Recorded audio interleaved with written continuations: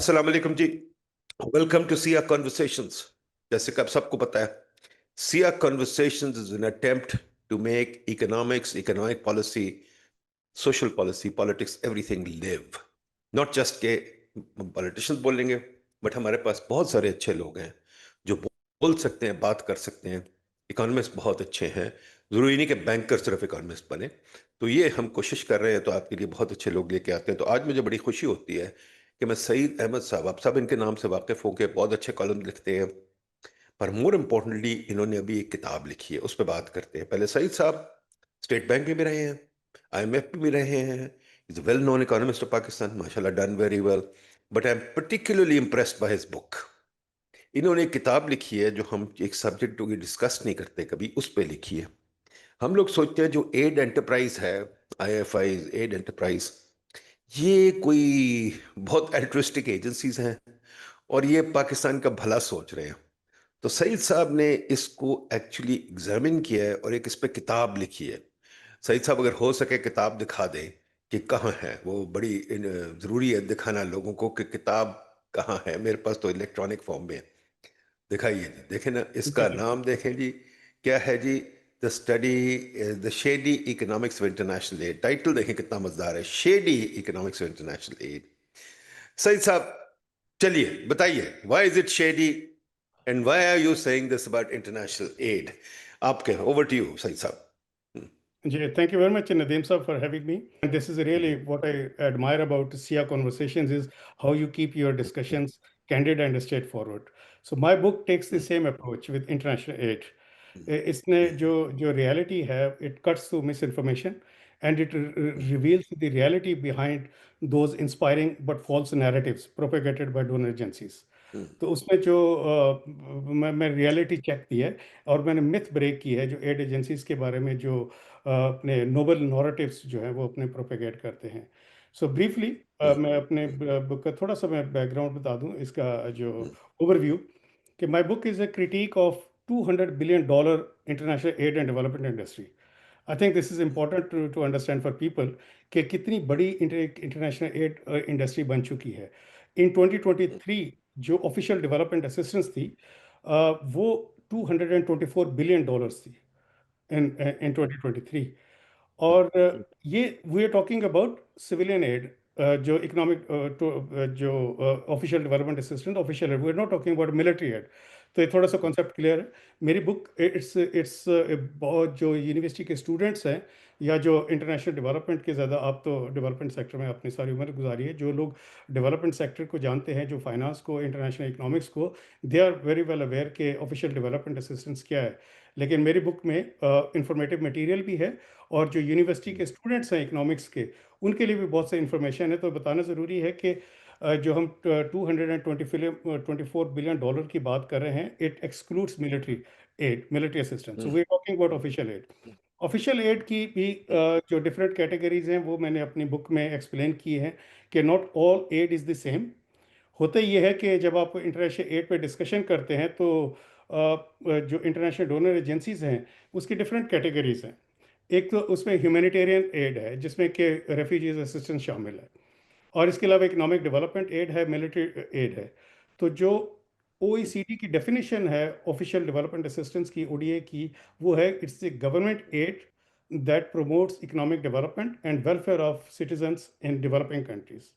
So in my book, we are talking about essentially economic development aid. I do not criticize the humanitarian aid, क्योंकि humanitarian aid जो in response to regional conflicts की जाती है, जिसके नतीजे में बहुत सारे लोग डिस्प्लेस होते हैं। इस वक्त गाज़ा में जो सूरत हाल है, जो यूक्रेन के रेफ्यूजीज डिस्प्लेस्ड हैं, जो रोहिंग्या में जो म्यांमार में सिचुएशन है, साउथ सूडान में सिचुएशन है, तो जो ह्यूमैनिटेरियन एड है दैट डिलीवर्स इंटेंजिबल इम्पैक्ट, वो आपको रिलीफ नज़र आता है। And that I really appreciate this. So my critique does not extend to humanitarian aid, ये मैं बड़ा क्लियर कर दूं।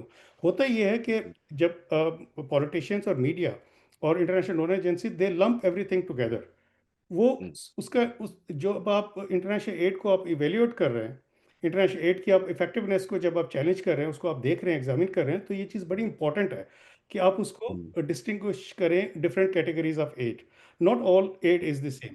सो I do not, hmm, my critique does not extend to humanitarian aid, जो कि डिजास्टर की सूरत में होता है, रीजनल कॉन्फ्लिक्ट की सूरत में, या नेचुरल डिजास्टर जैसे फ्लड्स आ जाते हैं, सुनामी होता है, हम्म, साइक्लोन्स आते हैं, हम्म, या फिर एक पब्लिक हेल्थ क्राइसिस है जिस तरह कोविड-19 आया था, तो उस वक्त आपको ह्यूमैनिटेरियन एड की ज़रूरत होती है। जो बेसिक, जो ज़्यादा कॉन्टेंशियस है, वो इकोनॉमिक डेवलपमेंट एड है, जिसे हम डेवलपमेंट सेक्टर की एड कहते हैं, और मेजर सेक्टर वही है।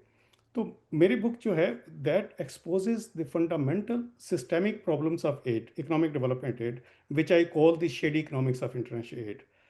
सो मेरी बुक में क्या है कि it discusses the dysfunctions in the current system of development aid, and it shows that the donor agencies economic development programs, they rarely bring about meaningful or lasting changes. तो और फिर इसके अलावा जो इंटरनेशनल एड के जो down stream impacts हैं on developing countries, उसकी मेरी बुक में खासी डिटेल से डिस्कशन की गई है। The impact on developing nations in terms of unsustainable debt, worsening socio economic conditions, economic stagnation हो गई है, और जो चीज़ मुझे सबसे ज़्यादा बॉदर करती है इंटरनेशनल एड से, स्पेशली जो डेवलपमेंट सेक्टर की है, वो है that is loss of sovereignty and national pride. ये चीज़ बड़ी इंपॉर्टेंट है, इसको अब चाहे तो हम इसको डिटेल में भी डिस्कस करते हैं कि किस तरह से जो डेवलपमेंट प्रोग्राम्स हैं, और जो जो प्लेथोरा ऑफ डेवलपमेंट प्रोग्राम्स हैं all over in across all sectors of in economy, वो किस तरह से उन्होंने हमारी जो सोवेनिटी को इम्पैक्ट कर रहे हैं और हमारी नेशनल प्राइड को। इट इज़ नॉट जस्ट, मैं इमोशनल बात नहीं कर रहा, वी कैन शो यू कि इससे उसका क्या इम्पैक्ट आया है हमारे मतलब ऑन द ग्राउंड। एक तो ये है। So basically based on economic data or research based arguments, my book has clearly shown that international aid system is broken. So broken, it's not just flawed. I'm saying this carefully, I'm using this word, the international aid system is broken. And that I have showed with economic data and research based arguments. So broken that it is hurting people. It is affecting millions of, hundreds of millions of people trapped in poverty in developing nations. And it's also affecting taxpayers and wealthy nations, costing them over $200 billion annually. So basically people on the both side of the spectrum are being cheated. ऐसा नहीं है, क्योंकि जो international aid system है that is funded by tax payer money in advanced countries.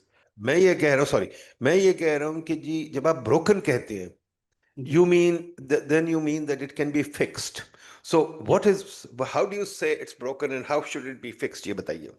जी, ये मैं आपको बताता हूँ। अच्छा, और मैं उससे पहले सिर्फ उसको मैं कंक्लूड कर लूँ कि और मेरी बुक में fair ओवरऑल enough है क्या। fair जी, enough fair हम enough उस पर go आते ahead हैं। go वो ahead हमारा मेन फोकस ऑफ डिस्कशन वही होगा कि how it is broken and how it can be fixed. hmm, so sure second part है कि जी जब हम बात करते हैं कि जी इंटरनेशनल डेवलपमेंट एजेंसीज की वजह से अब आज की हमारी जो कंडीशंस हैं वो बहुत ख़राब हो गई हैं। जो पाकिस्तान की डिप्लोरेबल कंडीशंस हैं, आपने मुतअद्दिद प्रोग्राम किए हैं, आपने अच्छे अच्छे पाकिस्तान के जो टॉप एनालिस्ट हैं, पॉलिसी मेकर्स हैं, बिजनेसमैन हैं, आपने सबको इंट्रोड्यूस किए हैं, and you have discuss those problems in detail. आप उन प्रॉब्लम्स की बॉटम तक गए। अब उस बुक में, माय बुक में बताया कि उसमें जो मेजर इंटरनेशनल डोनर्स ने जो रोल प्ले किया है उसको मैंने हाईलाइट किया। लेकिन आई do not place all the blame on the international donors. What I believe is hmm, कि जो पाकिस्तान की जो क्रॉनिक प्रॉब्लम्स हैं उसकी रिस्पॉन्सिबिलिटी हमारी जो उनके इंटरनेशनल डोनर्स के जो काउंटर पार्ट्स हैं, जो हमारे नेशनल पॉलिसी मेकर्स हैं, उन पर भी आती है कि they are also responsible for the current state of paralysis and economic stagnation. तो इसलिए मैंने अपनी बुक में the second part of my book focuses on Pakistan की क्रॉनिक प्रॉब्लम्स को और उनकी रूट काजेज क्या हैं। Third, as I said, KG, this system can be fixed. I do not discredit the concept of international aid. I'm not those के जो कहे कि जी इसको hmm, बिल्कुल वाइड अप कर दे। This system can be reformed, जो आपने पॉइंट रेज hmm, किया। सो मेरी बुक में जो एक तीसरा इंपॉर्टेंट है कि it's more than just a critic, it presents a framework for urgent reforms of international aid architecture. So उसे मैंने हाईलाइट किया, मैंने 6 point प्लान दिया है to initiate a global policy dialogue conversation on this important issue of international aid.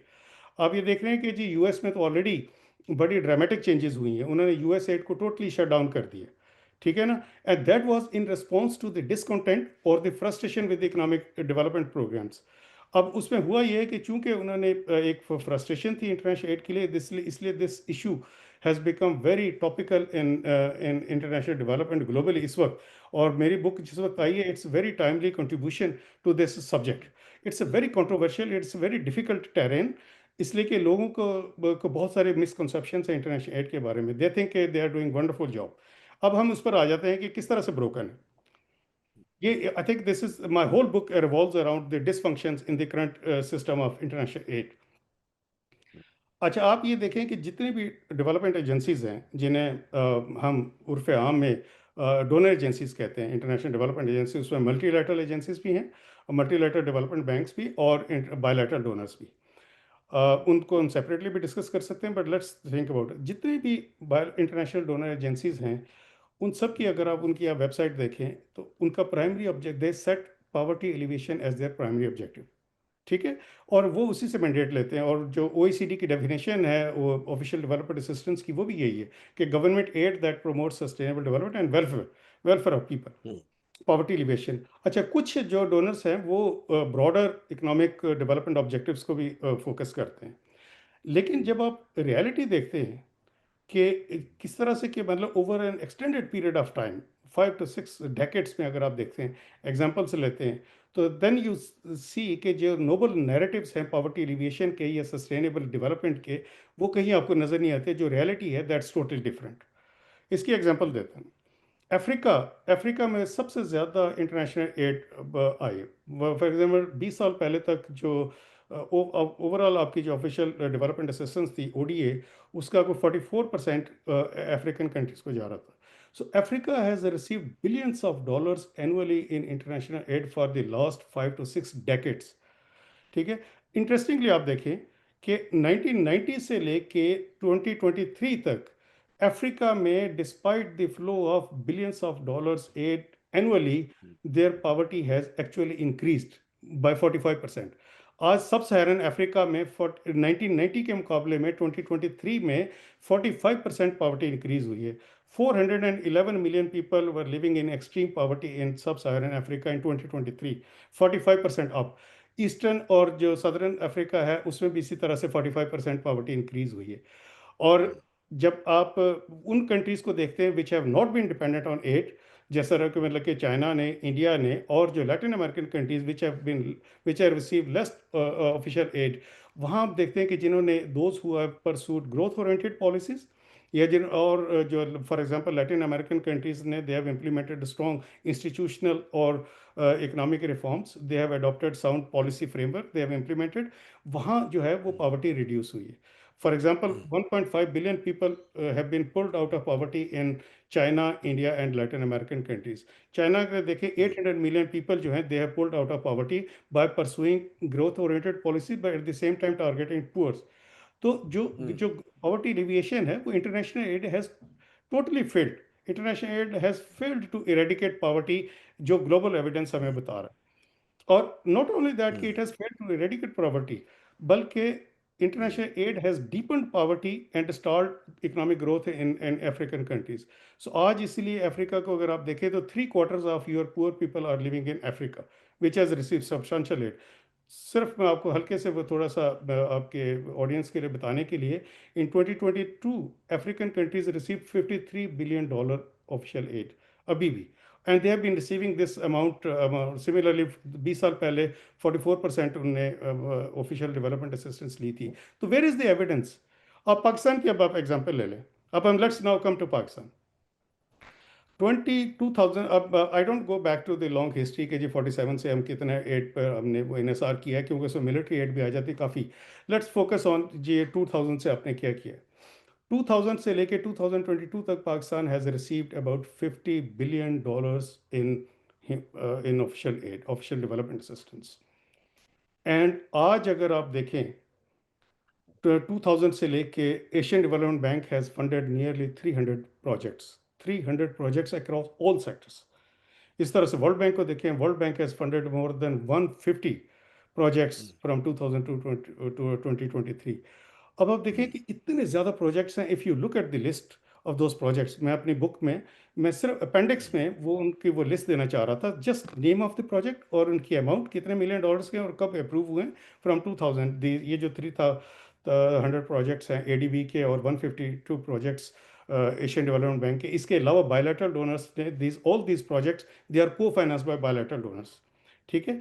अच्छा, अगर आप जब वो लिस्ट देखते हैं तो पाकिस्तान का कोई ऐसा स्फीयर ऑफ एक्टिविटी नहीं है कि जिसमें एशियन डेवलपमेंट बैंक और वर्ल्ड बैंक के प्रोजेक्ट्स नहीं है। Education, health, finance, ICT, urban management, water, sanitation, taxation, tax reform projects, energy sector के प्रोजेक्ट्स। एनर्जी सेक्टर के प्रोजेक्ट्स आप देखते हैं हैरान रह जाते हैं। तो उसके बाद जब आप आउटकम देखते हैं, अब आप देख लें कि फिर उनकी ग्राउंड रियलिटीज़ क्या है। ग्राउंड रियलिटीज़ क्या है, what are those dismal ground realities, जिसमें जब मैं कहता हूँ कि आपके जो नोबल नैरेटिव्स हैं, आप ये कहते हैं कि जी आप मतलब you present yourself, donor agencies present themselves as torch bearers for a better world, और वो क्लेम करती हैं कि जी they are organizations who are working to eradicate poverty and tackling the challenges of our modern times, including hunger, poverty, inequality, peace, insecurity, what not, mass migration. लेकिन जब आप उसका एविडेंस देखते हैं तो एविडेंस क्या है, पाकिस्तान के केस में आप देख लें, whether it's macro economy, finance, governance, social development, all indicators projects में Pakistan is at the bottom in the world. ठीक है, आप मैक्रो इकोनॉमी का देख लें, तो आपका कौन सा सेक्टर है कि जिसमें आप बताएं, अफ्रीकन पॉलिसी मेकर्स को आप सुने, they are equally frustrated. African policy makers को आप जो और उनके लीडर्स हैं वो कहते हैं कि जी international aid has done nothing, rather वो बिलीव करते हैं कि इट हैज़ डन मतलब वर्स देन नथिंग। क्योंकि जब आपकी एड जो है वो उसकी वजह से आपकी इंडेटेडनेस इतनी बढ़ गई है, आपकी ह्यूमन डेवलपमेंट के इंडिकेटर्स नीचे जा रहे हैं, आपकी जो टैक्स कलेक्शन है, एक्सपोर्ट्स हैं, वो स्टेगनेंट हैं। So where is the evidence? अब पाकिस्तान के आप गवर्नेंस के इंडिकेटर देख लें, वर्ल्ड बैंक के गवर्नेंस के इंडिकेटर्स में पाकिस्तान का जो परसेंटाइल रैंक है इट्स 30, इंडिया का 67 है। आपके मैक्रो इकोनॉमी को देख लें कि 1980s तक आपने इस सब्जेक्ट पे बहुत डिस्कशंस की हैं कि हमारा जो जो एवरेज ग्रोथ रेट था that was above 6% until 1980s, और 1990 से लेकर अब तक आपका अगर एवरेज देखें तो आपके जो एवरेज ग्रोथ रेट है 4% पे डिक्लाइन हो गया है। एंड ओवर द पास्ट मतलब 3 साल से तो आप देख लें कि आप जो है वो नेगेटिव पर कैपिटा ग्रोथ पर जा रहे हैं।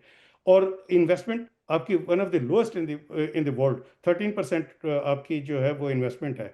जब आपने सीपेक लॉन्च किया, फैन फेयर के, आपने कहा जी ये गेम चेंजर प्रोजेक्ट है 2015 में, और 10 ईयर्स डाउन द रोड अगर आप देखते हैं सीपैक पे, तो इन्वेस्टमेंट आपकी बढ़ने की बजाय 65, आपने कहा कि जी इससे आपकी इन्वेस्टमेंट आएगी और आपका जो है वो मतलब गेम चेंजर, और आप बड़े बड़े आप हम स्लोगन्स सुनते हैं डिफरेंट जब हम प्रोजेक्ट्स लॉन्च करते हैं, और जब 10 ईयर्स के बाद आप उसका रिजल्ट देख रहे हैं तो आपकी जो इन्वेस्टमेंट रेट है उससे डिक्लाइन हो गया। पहले वो शायद 15-16% होता था, अब वो लास्ट ईयर में 2023 में आपने जितने इनिशिएटिव्स किए SIFC के, फिर आप पावर्टी के नंबर देख लें, वर्ल्ड बैंक ने अभी पावर्टी के नंबर रिलीज किए हैं 45%। ठीक है, उन्होंने थ्रेशोल्ड चेंज किया है, लेकिन 45% ऑफ दी आपकी जो लोग हैं वो they are living in poverty which is 110 million. आपकी आपकी जो टैक्स कलेक्शन है, आपके टैक्स रिफॉर्म के प्रोजेक्ट्स हैं। अच्छा, फिर मैंने अपनी बुक में पाकिस्तान के जो डेवलपमेंट फॉरेन फंडेड जो प्रोजेक्ट्स हैं टैक्स रिफॉर्म्स के, फाइनेंशियल सेक्टर के, एनर्जी सेक्टर के और IMF के, इसका जो एडिक्शन है उस पर मैंने 4-5 तफसील से चैप्टर्स लिखे हैं। I can give you, I can we can talk about those, कि आप टैक्स के आप प्रोजेक्ट्स ले लें। पिछले 20 साल से, सन 2004 में, 2005 में जब वर्ल्ड बैंक ने टैक्स एडमिनिस्ट्रेशन रिफॉर्म प्रोजेक्ट किया launch with 139 million US dollars का, वो प्रोजेक्ट था, उस वक्त ऑब्जेक्टिव आपका क्या था जी, टैक्स टू GDP रेशियो आपने इंक्रीज करना है। और आप बहुत अच्छी आप प्रोजेक्ट डॉक्यूमेंट बनाते हैं, आप उसका इकोनॉमिक रैशनल देते हैं कि we need to mobilise our resources, तो हमारा टैक्स टू GDP रेशियो जो है वो दुनिया में सबसे कम है, लिहाजा आपका ये हम प्रोजेक्ट हम करते हैं, सेल्स करते हैं। व्हाट हैपेंड, 2011 तक वो प्रोजेक्ट चला, 2005 से 2011 तक tax to GDP ratio instead of increasing actually declined. So जो टैक्स एडमिनिस्ट्रेशन रिफॉर्म प्रोजेक्ट था that was an abject failure. वो क्यों था? अब मेरी बुक में हर चैप्टर पे बहुत डिटेल से लिखा गया है, इसलिए कि उस वक्त वर्ल्ड बैंक ने जो प्रोजेक्ट्स किया, लॉन्च किया, वो that was entirely focused on voluntary, increasing voluntary compliance. उससे पहले ये था कि मैं टैक्स सर्विस में, आपने मेरा इंट्रोडक्शन कराया कि I work with IMF and civil Pakistan central bank. I started my career with the civil service and I was member of the IRS, और फिर मैंने अपनी PhD करने के बाद कैम्ब्रिज से, फिर then I transition to central bank. So I have work with Pakistan tax administration, Pakistan tax FBR। और FBR में मैंने 90s में काम किया, 94 में मैंने ज्वाइन किया, और मैं 2005 में जब PhD किया उस वक्त तक, तो आई नो कि जी वो किस हद तक एक टैक्स ऑफिसर थे, दे वर इन्वॉल्व इन टैक्स कलेक्शन, उनको टैक्स कलेक्शन के टारगेट्स दिए करते थे। अब आपका टैक्स टू GDP रेशियो जो है वो आज डिक्लाइन हो गया। अच्छा, आपने किया, that project was an abject failure, क्योंकि entire focus was on voluntary compliance. Voluntary compliance पूरी दुनिया में टैक्स सिस्टम्स में वॉलंटरी कंप्लायंस होती है, but voluntary compliance is always backed by strong and effective audit. Audits. Pakistan में आपके यहाँ स्ट्रॉन्ग आपने ऑडिट नहीं था। तो उस प्रोजेक्ट का जो फोकस था, आपने जितनी टेरिटोरियल जुरिस्डिक्शन थी इनकम टैक्स ऑफिसर्स की, वो आपने क्लोज कर दी। उसकी वजह से क्या हुआ कि during that implementation of that project, आपकी जो टैक्स कंप्लायंस थी, टैक्स फाइलिंग थी, वो ड्रॉप हो गई। आपके जो टैक्स फाइलर है इनकम टैक्स के और सेल्स टैक्स है, वो सिग्निफिकेंटली ड्रॉप हो गए। और आपने चूंकि टोटली आपने टैक्स ऑडिट को बंद कर दिया फॉर सेवरल ईयर्स, उससे आपकी टैक्स कलेक्शन कैपेसिटी वीक हो गई। और आपने, अच्छा, that project was abject failure. वो वर्ल्ड बैंक ने अपनी इवेल्यूएशन में खुद कहा कि this project could not complete its target. और आपका जो tax to GDP ratio decline हुआ है, so it was moderately satisfactory, ये उन्होंने उसकी इवेल्यूएशन की। फिर क्या हुआ, इस प्रोजेक्ट के फेल होने के बाद 2013 में फिर वर्ल्ड बैंक ने they try to sell another project for tax reforms. वो अल्लाह का शुक्र है कि नहीं हुआ, वो शेल्फ हो गया। बट इन 2014 फिर एक multi donor trust fund establish किया। द पर्पस वाज के multi donor trust fund for accelerating growth. उसमें भी टैक्स एडमिनिस्ट्रेशन रिफॉर्म का एक कंपोनेंट था, जिसमें आईटी कंपोनेंट था।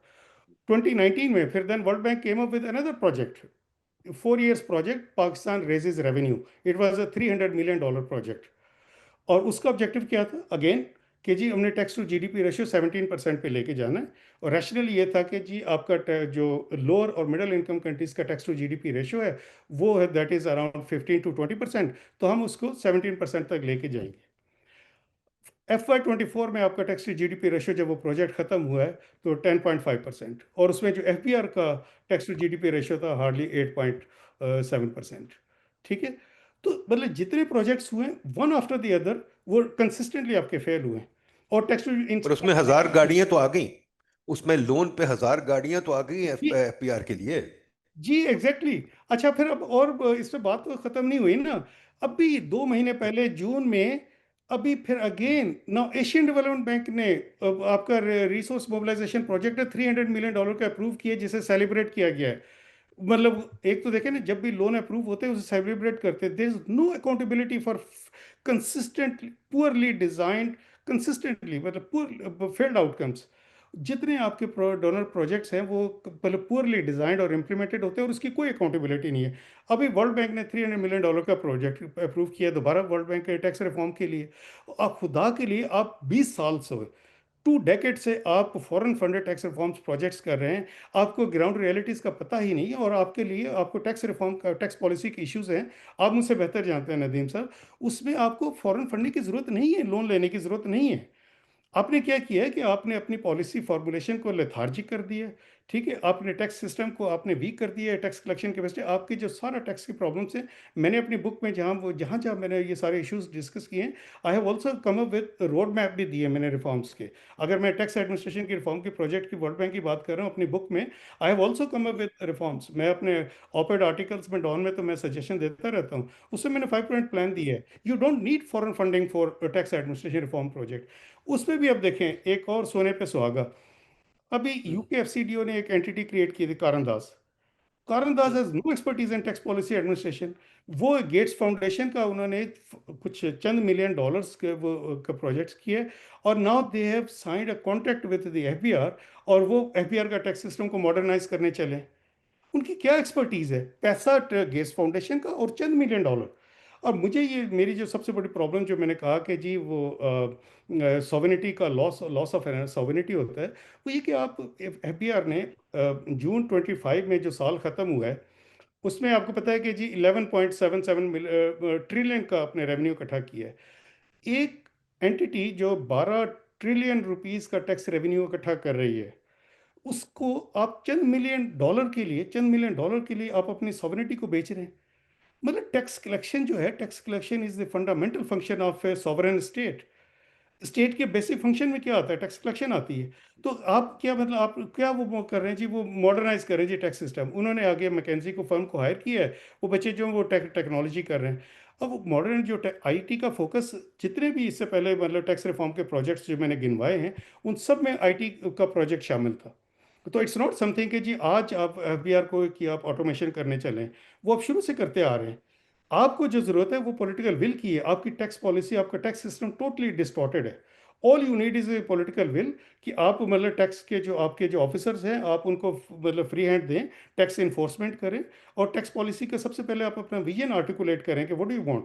आपने इतना टैक्स सिस्टम को कॉम्प्लिकेट कर दिया है because you do not have the political will to tax जो इन्फ्लुएंशियल लोग हैं। आपने इस साल 12 ट्रिलियन टैक्स जमा किया, उसमें से 51% टैक्स जो इंक्रीज थी वो सैलरी टैक्स पेयर से हुई। ठीक है। और इतनी ज़्यादा हमारे हमें स्लोगन की बड़ी आदत है ना कि हम जो भी प्रोग्राम करते हैं ना कि वह उड़ान पाकिस्तान है या उससे पहले सीपैक था या टैक्स का प्रोजेक्ट जब भी हम करते हैं तो फिर हम बड़े बड़े दावे करते हैं, हम उससे बड़ी वो ड्रम बीट करते हैं। तो उसमें भी आप देखें कि जितने इनके प्रोजेक्ट्स हैं वो कंसिस्टेंटली फेल होते हैं, आउटकम होती है। अब ताजिर दोस्त स्कीम, अब ताजिर दोस्त आप ये नाम देखें किस तरह के फनी किस्म की जो इनके जार्गन से यूज करते हैं जी, ताजिर दोस्त scheme, what was that funny scheme. Tax collection आपका काम है, जो भी मतलब एक सर्टन थ्रेशोल्ड से ओवर इनकम आप लेता है आप उसको टैक्स करें, इन्फोर्समेंट करें, जो नहीं देता आप उस पर प्रोसिक्यूशन करें, टैक्स इन्फोर्समेंट को आप टैक्स ऑडिट करें। लेकिन 50 बिलियन 50 बिलियन रुपीस का टारगेट था, आईएमएफ का इंडिकेटिव क्रेडिट था, इंडिकेटेड टारगेट, उसके अगेंस्ट सिर्फ 4 बिलियन टैक्स कलेक्ट किया। You don't want to collect मतलब टैक्सेस फ्रॉम फ्रॉम ट्रेडर्स, इसलिए कि वो आपकी पॉलिटिकल कंस्टिट्यूएंसी है। तो आपको पॉलिटिकल विल की जरूरत है। इक्विटी के इश्यूज हैं, आपने टैक्स सिस्टम को इतना कॉम्प्लिकेट कर दिया है कि there is no equity in our tax system. जो इक्विटी का प्रिंसिपल है वो कंसिस्टेंटली कॉम्प्रोमाइज हुआ है। आईएमएफ भी टेक्निकल असिस्टेंस दे रहा है 2020 से, 2020 से आईएमएफ टेक्निकल असिस्टेंस दे रहे हैं टैक्स पॉलिसी का। दे हैव, उन्होंने रिफॉर्म किया, कॉर्पोरेट इनकम टैक्स रिफॉर्म किए हैं, पर्सनल इनकम टैक्स रिफॉर्म्स किए हैं, मतलब सेल्स टैक्स के किए हैं। और लेकिन इक्विटी का प्रिंसिपल जो है वो कंसिस्टेंटली उसको आपने कॉम्प्रोमाइज किया है। There is no concept of horizontal equity, vertical equity, कि जी all tax, all equal should be taxed equally and all unequal should be taxed unequally. इसी तरह से आप आपकी फिर टैक्स कलेक्शन किस तरह से हो रही है? All through ad hoc taxation.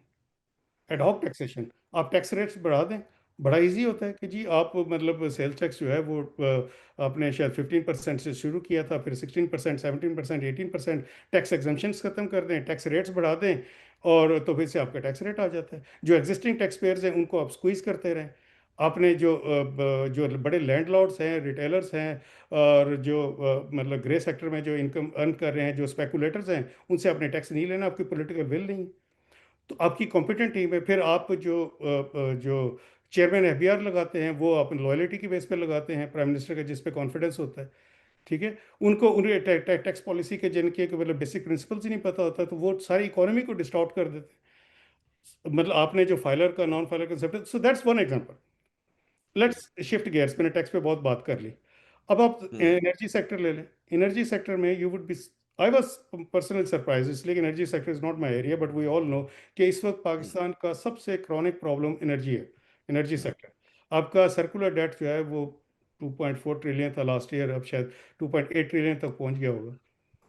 And do you know कि वर्ल्ड बैंक और एशियन डेवलपमेंट बैंक ने एनर्जी सेक्टर में टोटल प्रोजेक्ट्स कितने किए हैं पाकिस्तान में? कितने बताइए?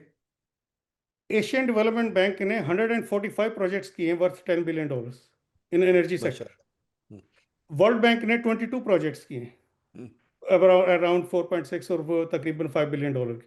इसका मतलब है कि आपने 167 प्रोजेक्ट्स किए हैं। और जो पिछले डेकेड्स में मोस्टली प्रोजेक्ट्स और फोकस, उनका आप टाइटल देखें तो energy sector financial sustainability programmes projects हैं।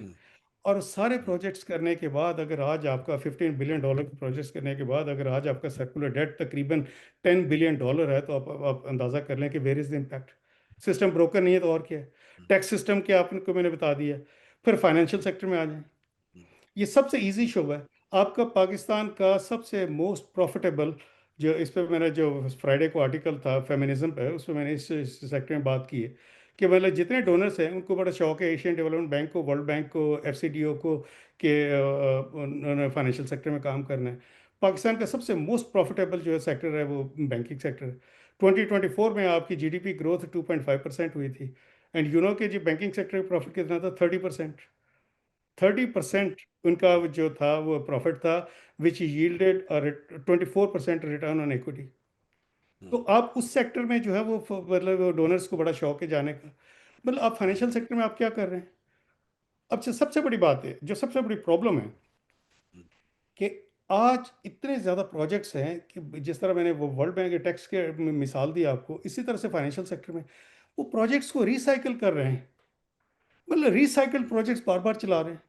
अब आप इमेजिन करें कि micro finance sector development programme का जो पहला प्रोग्राम था वो एशियन डेवलपमेंट बैंक ने 2000 में लॉन्च किया था, विच वाज $150 मिलियन प्रोजेक्ट।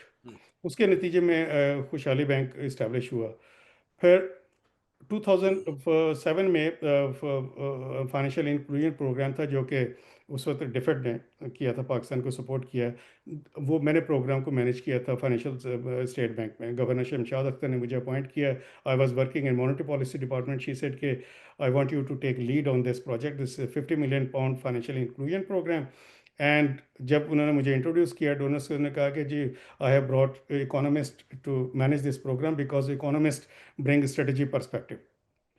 तो वो फाइनेंशियल इंक्लूजन का हमने प्रोग्राम किया 2007 में, which was originally 5 years programme, but subsequently it was extended to 20 another 2 years। तो 2013 तक प्रोजेक्ट चला। अब मैं आपको बताऊं कि उस प्रोजेक्ट में क्या हुआ। Within 5 to 6 years, with a small team, जो मेरी सेंट्रल बैंक के ऑफिशियल्स थे, सेंट्रल बैंक के रेगुलर एम्प्लॉयज से professional, I was head of that financial inclusion programme. Within 5 to 6 years we transformed subsidy driven donor dependent microfinance sector into a fully financially and operationally sustainable industry which was aligned with the mainstream financial sector, ठीक है। and that program was rated highly in third party reviews, जो even including UK independent जो commission था aid effectiveness पे, they rated this program highly. So with a small team and using minimal donor funding. And मैं आपको बताता हूँ, आपके आपके व्यूअर्स के लिए भी बताऊँ कि उस प्रोग्राम 50 मिलियन प्रोग्राम में 50 मिलियन पाउंड का प्रोग्राम था। उसमें 10 million program were designed were allocated to design for technical assistance firm. और उस टेक्निकल असिस्टेंस फर्म ने, जो टेक्निकल कंसल्टेंट्स हैं, उन्होंने डिज़ाइन करनी थी जितनी फैसिलिटीज़ हमने उसमें डिज़ाइन प्रोग्राम में थी, जिसमें 2 क्रेडिट गारंटी फैसिलिटीज़ थी, micro finance sector credit guarantee facility, फिर एसएमई की क्रेडिट गारंटी फैसिलिटी, और इंस्टीट्यूशनल स्ट्रेंथनिंग फंड हमने इस्टेब्लिश करना था, और financial innovation challenge fund. Would you believe कि हमने 10 मिलियन पाउंड, हमने कोई टेक्निकल असिस्टेंस फर्म हायर नहीं की। माई सेल्फ और मेरी छोटी सी टीम ने, 2-3 लोगों ने, हमने इन हाउस वो फैसिलिटीज़ डिज़ाइन की। और जब हमने जैसे प्रोग्राम साइन हुआ तो उसके with in couple of months, 2-3 months पे हमने वो जो फैसिलिटीज़ थी केयरफुली डिज़ाइन की एंड लॉन्च की। सो अब आप देखिए कि उसमें हमने जो विद मिनिमल डोनर फंडिंग हमने we achieve the transformational objectives. और मैं आपको रिमाइंड करा दूं, आज आप जब पाकिस्तान के जितने भी ह्यूमन, सोशल और इकोनॉमिक डेवलपमेंट के इंडिकेटर्स हैं, उसमें Pakistan at the rock bottom, ठीक है। गवर्नेंस के इंडिकेटर्स आप देख लें, आप जो मोस्ट लिवेबल सिटीज़ प्रोजेक्ट्स हैं उसमें देख लें, कराची जो है आपका 170 पर आया है, 173 पे, ठीक है। आपके ह्यूमन डेवलपमेंट इंडेक्स में देख लें, Pakistan is 164 out of 193 countries. और करप्शन पे आप देख लें, जितने भी इंडिकेटर्स हैं उसमें पाकिस्तान जो है वो बॉटम पर है।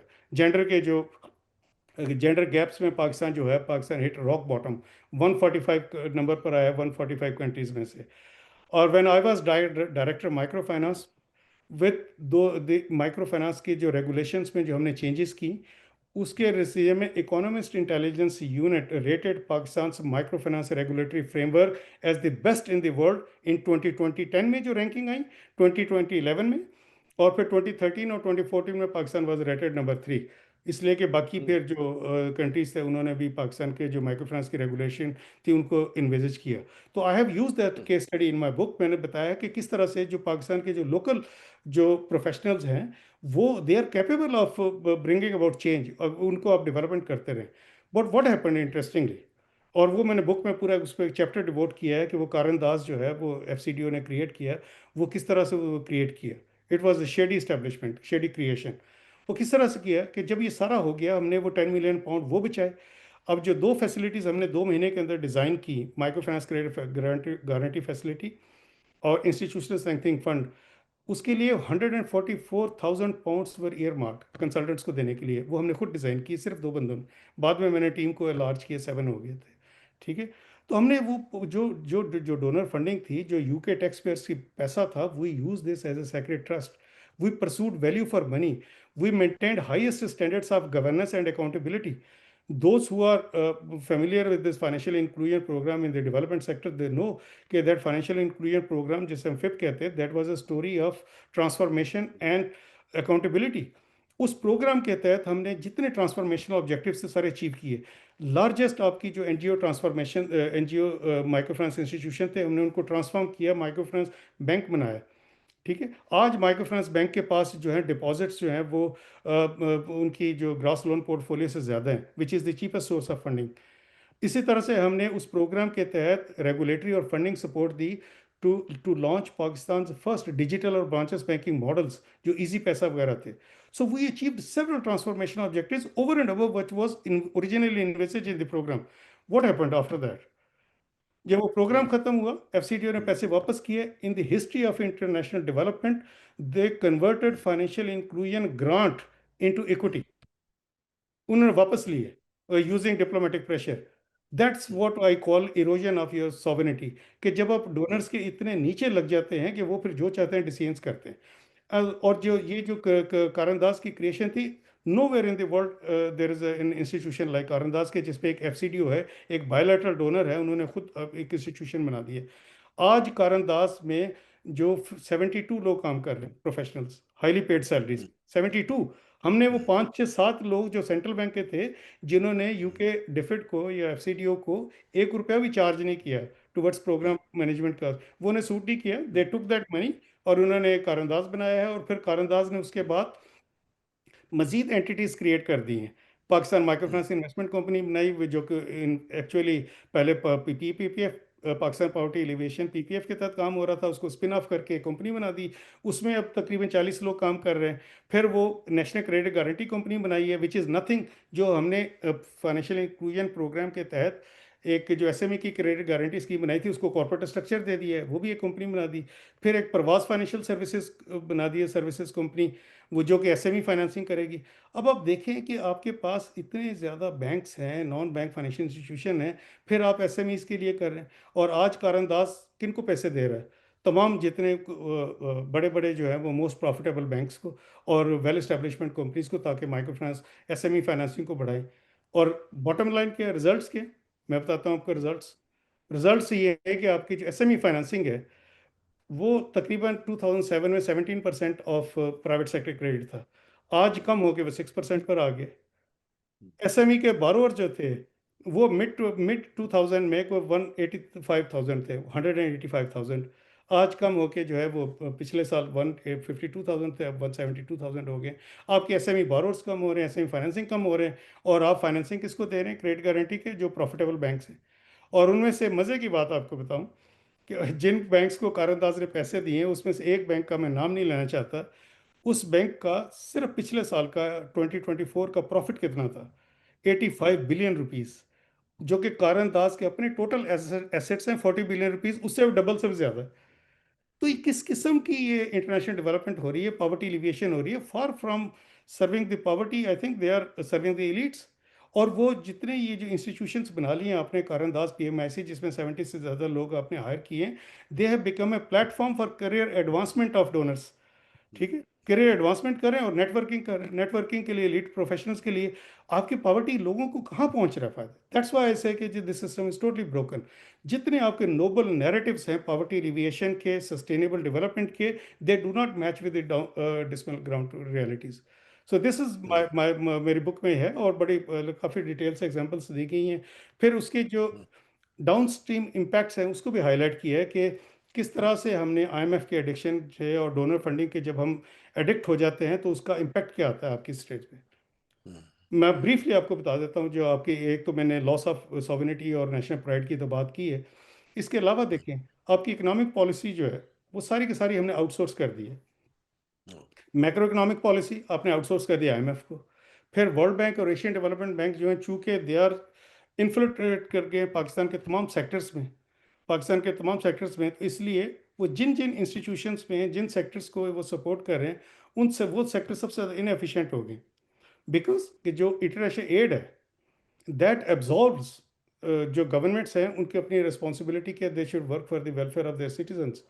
सो इस वक्त जो है मतलब गवर्नमेंट का कोई रोल नहीं है, सारा का सारी आपने चीज़ कर दी है। पाकिस्तान जो है, it has become a colony of donors, और उसमें लोगों को क्या मिल रहा है।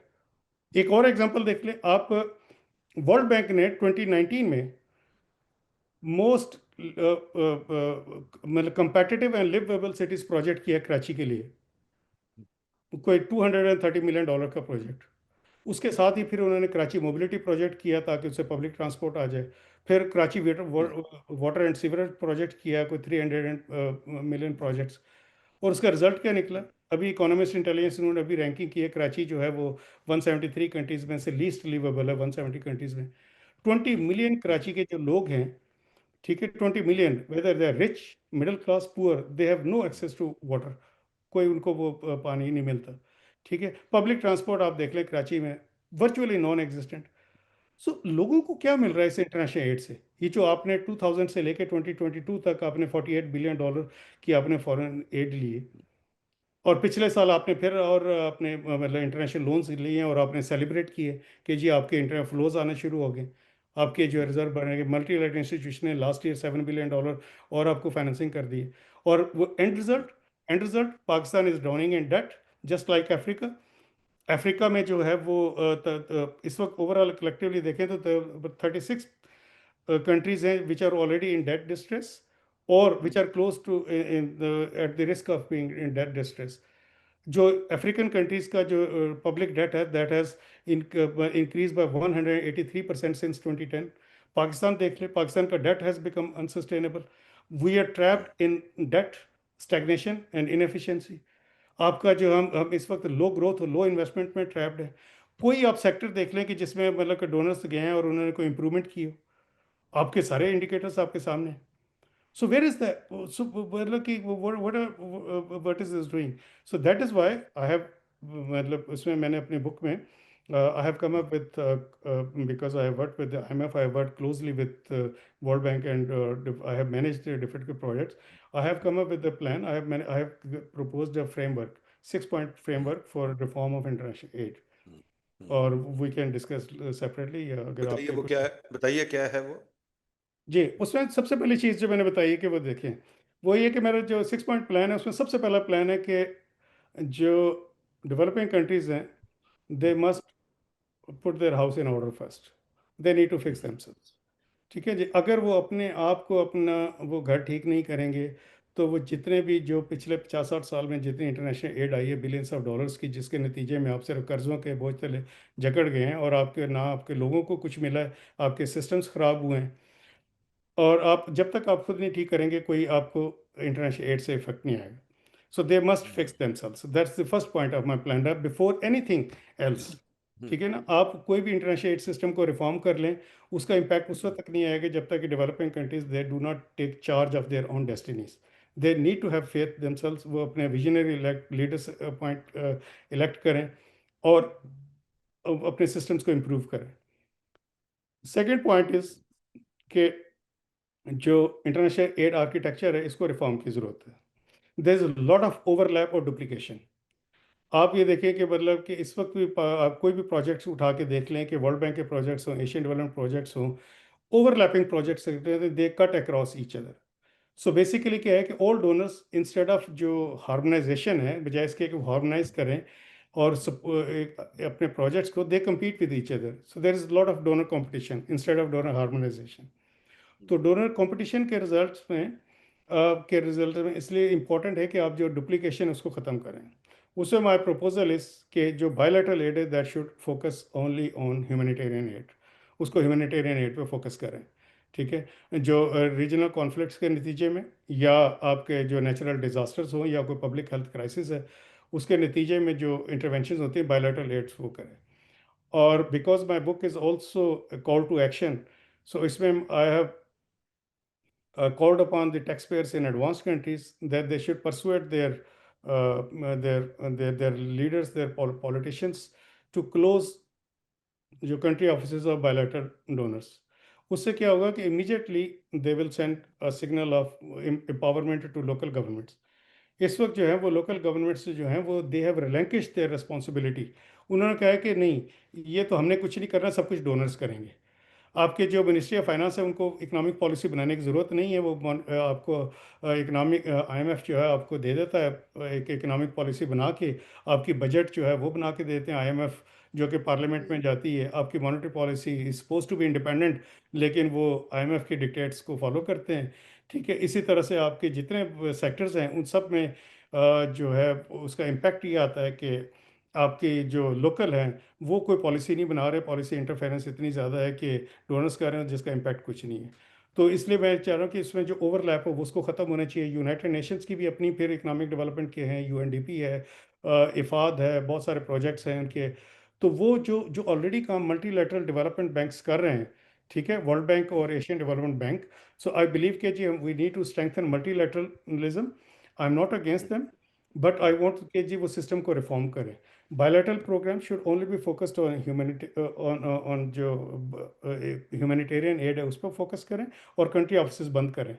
ये जो आपने बिल्कुल एक कॉलोनी बना दिया हुआ है पाकिस्तान को और डेवलपिंग कंट्रीज़ को, इस उसको बाहर निकालने की ज़रूरत है। सेकेंड, माई पॉइंट इज कि जो बायलैटरल एड है that should be used.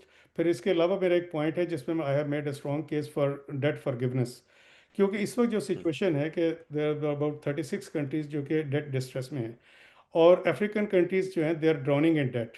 Africa का को पब्लिक डेट जो है that has reached close to $2 trillion. ठीक है, इस वक्त ना, और सेवरल कंट्रीज जो कि एड डिपेंडेंट कंट्रीज हैं, because they are under they are burden by unsustainable date.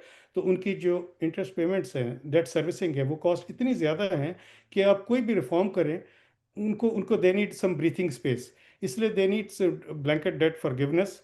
और जो बायलैटरल एड है उसको आप यूज़ करें बायलैटरल ओडीएस के लिए, उन कंट्रीज़ के लिए, those countries which are facing unsustainable debt. क्योंकि द रीज़न इज पाकिस्तान की पोजीशन भी बड़ी ख़राब होगी। It's not just African countries, look at Pakistan. 2023 में आपका जो इंटरेस्ट पेमेंट है that reached balloon to 65% of government revenues. 2 साल में अभी अभी आईएमएफ के प्रोग्राम में चूंकि स्टेबलाइजेशन है, प्राइमरी सरप्लस हमने जनरेट किया है, तो आपकी इंटरेस्ट थोड़ी सी कम हुई है इंटरेस्ट पेमेंट, और तकरीबन 60% ऑफ टोटल गवर्नमेंट रेवेन्यू आ गया है। But still if you look eight in terms of आपका टैक्स रेवेन्यू, क्योंकि टोटल गवर्नमेंट रेवेन्यू है तो टैक्स रेवेन्यू और नॉन टैक्स रेवेन्यू दोनों शामिल हैं। तो अगर आप सिर्फ एफबीआर का रेवेन्यू लें, तो जो FY 25 में जो साल अभी ख़त्म हुआ 30 जून को, एफबीआर ने टैक्स रेवेन्यू कलेक्ट किया कोई 11.7 ट्रिलियन, क्लोज टू 12 ट्रिलियन। और जो आपकी इंटरेस्ट पेमेंट थी वो 9.7 ट्रिलियन थी। तो that's about 83% of FBR tax revenue. एक साल पहले तो 23 में 90% ऑफ जो एफबीआर का टैक्स रेवेन्यू था वो आपकी इंटरेस्ट पेमेंट्स पे गया था। तो आपकी इंटरेस्ट पेमेंट इतनी ज़्यादा हो गई हैं कि उसमें अब लोग जो गवर्नमेंट के पास पैसा ही नहीं है कि वो एजुकेशन पे, हेल्थ पे और अब लोगों पे खर्च करें। So there is a total disconnect between state and the people. लोगों का जो डिस्कनेक्ट हो गया इकोनॉमिक पॉलिसी का, जो फंडामेंटल जो वो इकोनॉमिक्स का जो प्रिंसिपल होता है, economics is all about caring for people, economics is not about data. और मेरी बुक में मैंने ये हाईलाइट किया है कि I have brought people into the centre of conversation. ये जो आपका शुरू में क्वेश्चन भी था कि इकोनॉमिस्ट का क्या रोल है, इकोनॉमिस्ट का ये रोल है। इकोनॉमिक्स ये नहीं कि जी आप ये कहते हैं कि जी आपके रिजर्व बढ़ गए हैं, आपका करंट अकाउंट सरप्लस में हो गया है, जी आपने प्राइमरी सरप्लस डिस्प्ले कर दिए। आप बजट आप इस साल का देखें, उसमें आपको कोई आपको विजन नहीं नज़र आता है, उसमें कोई आपको स्ट्रैटेजी या आपको एक एक्शन प्लान नज़र नहीं आता कि आपका जो लो स्टेट ऑफ ह्यूमन डेवलपमेंट है उसको किस तरह एड्रेस करना है। आपकी अनएम्प्लॉयमेंट जो है तकरीबन 17 मिलियन, जो अब शायद 20 मिलियन हो गए होंगे अनएम्प्लॉयड और आइडल यूथ, उसके लिए आपने क्या करना है। आपकी 45% जो पॉपुलेशन है पॉवर्टी की, उसके लिए आपने क्या करना है। Low state of education and human development, उसके लिए आप क्या करना है। तो ये बायलैटरल एड सारे ख़त्म होनी चाहिए। देखें जो बायलैटरल एड जो डोनर्स जो हैं इस वक्त education, health, sanitation, urban management, हर तरह के प्रोजेक्ट्स में हैं। जो education, health, sanitation, clean drinking water, these are the essential elements of civilisation. ये स्टेट का काम है प्रोवाइड करें, these are the public goods. ये बायलैटरल डोनर्स का काम नहीं है। हमने क्या किया कि हर चीज़ डोनर्स पे छोड़ दी है, और उसका इम्पैक्ट आपको मैंने बता दिया है, डिसमल ग्राउंड रियलिटीज़ हर शोबे में। फिर इसके बाद आई हैव शेख ऑल्सो साहब देखिए, प्रपोज किया जी शेख साहब वर्ल्ड ये बैंक आपकी में बातें। रिफॉर्म्स के लिए। मैं हम्म, उसको उसमें कंप्लीट कर लूँ कि वो जो रिफॉर्म का जी एजेंडा जी, है बताइए जी, बताइए। उस रिफॉर्म एजेंडा में देन आई एम सेइंग कि जी देन डेवलपिंग कंट्रीज जो 2005 का पेरिस डिक्लेरेशन था ऑन एड इफेक्टिवनेस, तो आपको पता होगा वो, मैं थोड़ा सा वो बताना ज़रूरी है कि आपके ऑडियंस के लिए, कि those who are not familiar, 2005 में about more than 100 developed or developing countries or international aid organization ने they endorse a declaration on aid effectiveness. The idea ये था कि किस तरह से बजाय इसके कि डोनर ड्रिवन एजेंडाज हों, हम एड को इफेक्टिव बनाएं। यही जो चीज़ें आज मैंने बुक में लिखी हैं। अनफॉर्चुनेटली 2005 के बाद से आज तक देयर इज नो एविडेंस के वो that was put into practice. उसका सबसे पहला प्रिंसिपल ये था कि ऑनरशिप, ओनरशिप ये है कि जो डेवलपिंग कंट्रीज हैं they should define their priorities for poverty alleviation, to improve के how they want to improve their institution and tackle corruption. और फिर डोनर कंट्रीज के लिए डोनर कंट्रीज वर ने इंडोर्समेंट की थी कि they should align themselves behind those जो recipient countries डेवलपिंग कंट्रीज के प्रायोरिटीज उनके पीछे, they should use local systems. ये नहीं कि जी आप अपना वो सिस्टम्स बना लें रिलाय, और डोनर अपने आपस में हार्मोनाइज करें। सो इन द सेम स्पिरिट मैंने उस बुक में बहुत ज़्यादा हाईलाइट किया है कि जो डोनर ड्रिवन एजेंडाज हैं, donor driven agendas they have failed to achieve any bring about improvements in developing nations. तो इसलिए ज़रूरत है कि जो डेवलपिंग नेशंस है they should articulate their vision, वो अपना एक डेवलपमेंट्स के वो स्ट्रेटजीज बनाएं, and they should implement strong policy frameworks जिस तरह लैटिन अमेरिका ने किए। उन्होंने इन्फ्लेशन टारगेटिंग रेजिम इम्प्लीमेंट की है, उन्होंने बहुत अच्छे जो है वो फिजिकल फ्रेमवर्क्स इम्प्लीमेंट किए हैं लैटिन अमेरिकन कंट्रीज़ ने, और इसीलिए आज देखें कि they are less dependent on aid. तो जितने एड डिपेंडेंट कंट्रीज हैं वहाँ आप क्या करते हैं कि आप, so that's one important, and then world bank को that needs to I think shift focus on its original mandate. Original mandate का था कि उनका private to end poverty. So World Bank has failed poor people over the last 80 years. So I think it needs to shift focus on poverty alleviation. इस वक्त आप देखें कि world bank की जो 3 out of 5 ब्रांचेज हैं, they are focused on promoting private investments, वो private investors का देखते हैं, including IFC। So world bank ने जो कॉम्प्रोमाइज़ किया है, then it needs to, and then I have also given suggestions how IMF can address concerns of developing nations with regard to जो IMF के program countries होते हैं। उसमें उसमें आई हैव गिवन एग्जांपल्स के इंटरनेशनल जो IMF का independent evaluation office है, उसने भी रिकमेंडेशंस की थी 2021 में when I was at the IMF। बहुत अच्छा एक उनकी एक रिपोर्ट थी जिसमें कि एडजस्टमेंट ग्रोथ नेक्सस पे उन्होंने बात की थी, और दे उनका एक उसमें एक फाइंडिंग थी, कंक्लूजन था कि जो IMF के प्रोग्राम्स हैं दे यूजुअली हैव लिटिल और नो कंसिडरेशन फॉर ग्रोथ। तो एक्सेसिवली वो स्टेबलाइजेशन पे फोकस्ड होते हैं, and they gave examples of, they use Pakistan as a case study. I also participated in उनकी जो डिस्कशंस थी कि उन्होंने दे गिवन एग्जांपल ऑफ 2023 का जो EFF प्रोग्राम था 2013 सॉरी 2013 टू 2016 का, उसमें उन्होंने बताया कि पार्सिमनी ऑफ कंडीशनैलिटी, जो स्ट्रक्चरल कंडीशनैलिटी IMF के प्रोग्राम में बहुत ज़्यादा बढ़ती जा रही हैं, उसको उन्होंने कोट किया कि उस 2013 से 2016 का जो EFF प्रोग्राम था उसमें पाकिस्तान के लिए IMF ने टोटल 82 स्ट्रक्चरल कंडीशनैलिटीज थी, और उन्होंने कहा कि मोस्टली उनमें कोई डेप्थ नहीं थी, और इंस्टेड ऑफ के जो IMF जो लॉन्ग टर्म आपकी स्ट्रक्चरल प्रॉब्लम्स हैं उनको उनका कोई सोल्यूशन करें, most of the long term structural problems were addressed through short term policy fixes. और यही हम देख रहे हैं एनर्जी सेक्टर में, देख लें एनर्जी सेक्टर के जो फंडामेंटल प्रॉब्लम्स है उस पर IMF का फोकस नहीं है। वो कहते हैं कि जी आप टैरिफ बढ़ाएं उससे सर्कुलर डेट कम होगा। आपने टैरिफ इतने ज़्यादा बढ़ा दिए हैं कि आपकी कंपेटिटिवनेस खत्म होगी, आपकी इन्वेस्टमेंट खत्म होगी, ठीक है, आपकी प्रोडक्शन कॉस्ट जो है, प्रोडक्शन और फाइनेंसिंग का पूरी दुनिया में सबसे ज़्यादा है, और आपने अनजस्ट फ्यूल टैक्सेस लगा दिए हैं ऑलरेडी हाई इन्फ्लेशनरी इन्वायरमेंट में। तो आपने उससे सर्कुलर डेट आपका एनर्जी सेक्टर सॉल्व नहीं किया, लेकिन आप शॉर्ट टर्म आप वो करते हैं, करते हैं बजट में। इसी तरह से आप टैक्सेशन आप कहते हैं जी प्राइमरी सरप्लस जनरेट करना है, लिहाजा आप जो है वो टैक्सेस को आप बढ़ाने की बात करते हैं। They don't care about equity issues in our tax system. Our tax system become highly inequitable, but they are concern बिल्कुल ठीक। About poverty elevation. तो वो जो इक्विटी इश्यूज है उनको एड्रेस नहीं करते, ठीक है ना। वो कहते हैं जी आप टैक्स कलेक्शन करें किसी भी तरह से ताकि आपकी डेट रीपेमेंट कैपेसिटी आपकी इंप्रूव हो। तो ये था। तो इस तरह से फिर मैंने IMF की सजेशन दी है, फिर IMF की जो सरचार्जेस पॉलिसी है उस पर मैंने बात की है। फिर इस पे जरा सही लेट साहब आप एक मी जरा कंक्लूड, अभी लेट मी कंक्लूड नाउ। जी कंक्लूड आईएमएफ और कंक्लूड। वर्ल्ड बैंक के फिर जो गवर्नेंस इश्यूज हैं उस पे मैंने बात की है कि जी ये इंस्टीट्यूशन जो है दे प्रीच गुड गवर्नेंस, लेकिन उनके यहाँ अपनी जो उनकी सीनियर लीडरशिप अपॉइंट होती है, जो सीनियर प्रोफेशनल्स हैं, उसमें ट्रांसपेरेंसी नहीं है। आईएमएफ की जो मैनेजिंग डायरेक्टर हैं it's always chosen by the Europe और फिर यूनाइटेड स्टेट्स उसको इंडोर्स करता है। आईएमएफ के जो फर्स्ट डिप्टी मैनेजिंग डायरेक्टर हैं they are always appointed by the United States. जो वर्ल्ड बैंक का प्रेसिडेंट है वो यूएस की तरफ से होता है। इसी तरह जो सीनियर प्रोफेशनल्स की जो हायरिंग होती है उसमें जो इश्यूज हैं वो मैंने हाईलाइट किए। So these are broadly, so I have come up with जी जी कंक्रीट प्लान और as a starting point for discussion, और दैट्स ब्रीफली यू नो। जी। सही सब बड़ी अच्छी बातें आपने की, मुझे तो रोना आ गया सुन के। ये दिल को बड़ी भाती हैं, मुझे बहुत लगती हैं, बिल्कुल सही बात है।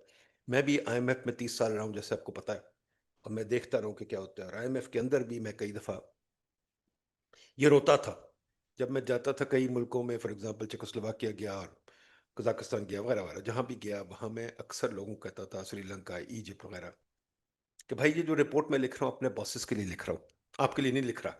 जो दोस्त जी बन जाते थे उनको कहता था यार ये मेरी प्रमोशन के लिए है। तुम ये ना सोचना कि तुम्हें इसको पढ़ना और इसको जरूर फॉलो करना है, क्योंकि रिपोर्ट तो मुझे लिखनी आती है और मैं अपने बॉसेस के लिए लिख सकता हूँ, आपके लिए नहीं लिख सकता, मैं फेल हो जाऊंगा अगर आपके लिए लिखूंगा। अब जो मसला है वो ये है कि आपने बात की, फॉर एग्जाम्पल बहुत अच्छी बातें आपने की, बट जो एक चीज मैं देखता हूँ कि ये बताइए कि इसमें आपने बिल्कुल कहा loss of sovereignty, but I think that is a fundamental problem, there is an agency problem. जब मैं आईएमएफ के लिए काम करता हूं तो मैं आईएमएफ का बशिंदा हूं। जब मैं वर्ल्ड बैंक के लिए काम करता हूं मेरा काम है लोन देना।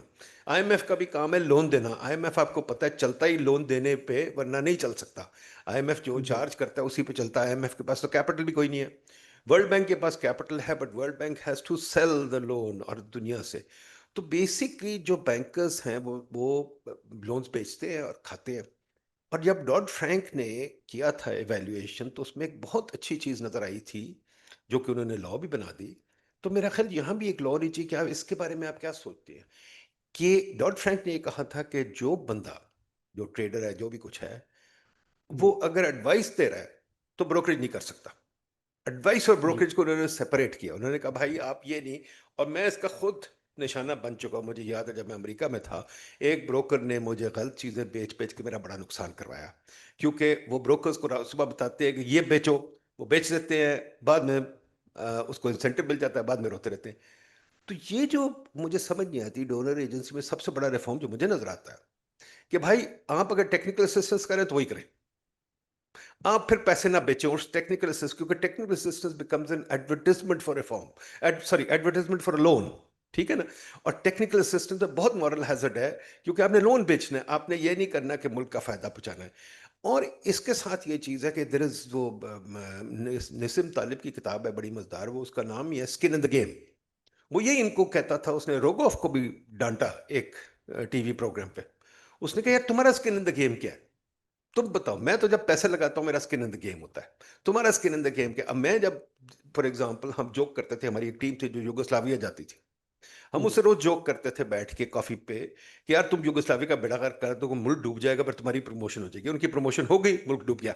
ठीक है। तो इसके बारे में आप क्या कहते हैं? ये जो एजेंसी प्रॉब्लम है, जो मॉरल हैजर्ड प्रॉब्लम है, क्या पहला रिफॉर्म ये नहीं होना चाहिए कि इनको आप कहें टेक्निकल असिस्टेंस दे रहे हो तो फिर पैसे ना दो?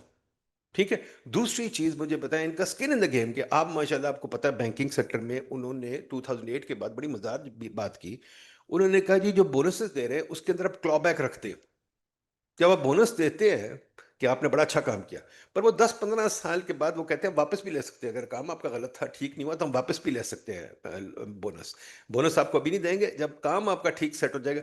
तो यहाँ मेरी सैलरी में तो कोई क्लॉबैक नहीं था, मेरी सैलरी में कोई बोनस नहीं था। मेरी सैलरी में, मैं अपना एग्जांपल यूज कर रहा हूँ, बट एक आम जो बैंक में बंदा है वो तो तनख्वाह जी खुशी से लेता है, बिजनेस क्लास ट्रैवल करता है, पर डीएम लेता है, फर्स्ट क्लास होटल में रहता है, और होटल से बाहर भी नहीं निकलता। ये नहीं कि मुल्क जाके देख ले, वहां ही से बस चल पड़ता है। ये इसके बारे में आपका ख्याल?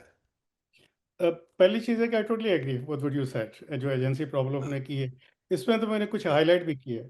पहली बात यह है कि कल के जो परसों जो फ्राइडे को मेरा ऑपेड आया था टोकन फेमिनिज्म एंड डेवलपमेंट का, उसमें मैंने ये चीज़ हाईलाइट की कि किस तरह से जो है वो जेंडर के जो प्रोग्राम्स हैं उनको टेक्निकल असिस्टेंस के तौर पे आप ले दे देते हैं, और जिसका कोई ताल्लुक नहीं होता, और आइडिया सिर्फ ये होता है कि आपने अपना जो ओरिजिनल प्रोग्राम है, लोन है, वो सेल करना है। और उसे, इसलिए मेरी जो बुक में बहुत ज़्यादा फोकस है, जब आप उसको तफसील से पढ़ेंगे, बुक आपने थोड़ा सा ग्लांस किया है, जब आप पढ़ेंगे तो उसमें आप देखेंगे कि मेरी book is all about accountability, all about accountability.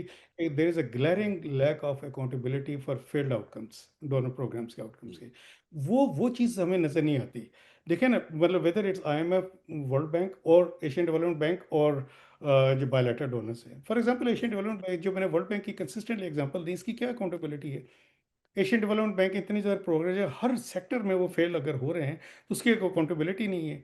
आप फाइनेंशियल सेक्टर में पैसे दिए जा रहे हैं, दिए जा रहे हैं। आप वो जो मैंने मिसाल दी है ओपेड आर्टिकल में फ्राइडे को, आपने पढ़ा होगा कि 5.5 मिलियन की आप एक power sector national transmission company है, उसके वो लोन में आपने कहा जी आप टेक्निकल असिस्टेंस भी ले लें, और उसे आप जो है वो फीमेल पार्टिसिपेशन बढ़ाएं, ताकि वो चेक बॉक्स हो जाए कि जी जेंडर पे भी हमने काम किया है। तो बेसिकली आप, आई टोटली एग्री कि जी टेक्निकल असिस्टेंस और ये दो चीज़ें अलग अलग होनी चाहिए। और सेकेंडली, इसमें जो सर रिस्पॉन्सिबिलिटी जो मैंने बुक में बहुत ज़्यादा फोकस की है कि जो हमारे लोकल जो पॉलिसी मेकर्स हैं, जो इंटरलोकुटर्स हैं, उनका भी काम है ना। इकोनॉमिक अफेयर डिवीजन का काम है कि वो देखें कि जी जितने एड यूटिलाइजेशन है उनका बेसिक फंक्शन है, ठीक है। बेसिक फंक्शन है कि वो मतलब वो देखते हैं कि एक्सटर्नल असिस्टेंस जितने प्रोजेक्ट्स आ रहे हैं उनकी क्या यूटिलाइजेशन हो रही है, किस तरह से एग्रीमेंट कर रहे हैं। वो क्यों नहीं देख रहे? वो क्यों नहीं देख रहे पर कि सही साहब, इकोनॉमिक अफेयर्स डिवीजन होनी भी चाहिए। नहीं, मैं जब प्लानिंग बिल्कुल कमीशन में था, मेरी इकोनॉमिक अफेयर्स डिवीजन से लड़ाई हुई। मैंने कहा भाई, प्लानिंग मेरा काम है, आप उधर से कंट्री पार्टनरशिप स्ट्रेटजीज बनवा रहे हैं, तो एक नहीं और जी। प्लान बैठ रहा है वहां। प्लानिंग अगर हम्म, मेरा काम है, तो डोनर्स जो है वो प्लानिंग के साथ अलाइन क्यों नहीं करते? वो बिल- ये डी उनको, डोनर्स को प्रोटेक्ट करती और कहती नहीं, आप ना करें इनके साथ हम्म, अलाइन। अब वहां क्या प्रॉब्लम है? वहां प्रॉब्लम एक है, आप मुझे बताइए, जो मैं नोटिस करता हूं, हमारी सिविल सर्विस के जो बंदे हैं, जी वो किसके मुलाजिम है? हुकूमत के मुलाजिम है या डोनर के मुलाजिम है? क्योंकि वो तो कॉन्स्टेंटली टेक्निकल असिस्टेंस ढूंढ रहे होते हैं, ट्रेनिंग ढूंढ रहे होते हैं, बाहर जाने के तरीके ढूंढ रहे होते हैं। नंबर दो, फिर उनकी कोशिश होती है हम वर्ल्ड बैंक IMF में चले जाएं।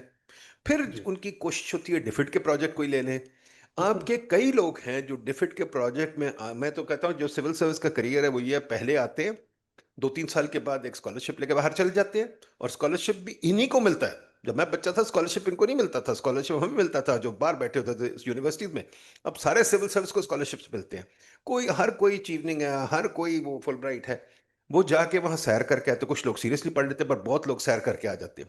नंबर दो, जब वापस आते हैं उसके बाद 2-3 साल 4 साल काम करते हैं, फिर डिफिड के प्रोजेक्ट में या USAID के प्रोजेक्ट में घुस जाते हैं। छुट्टी उनको बहुत लंबी मिल जाती है, 10-10 साल की छुट्टी मिल जाती है, उसमें जाके वो काम करते हैं।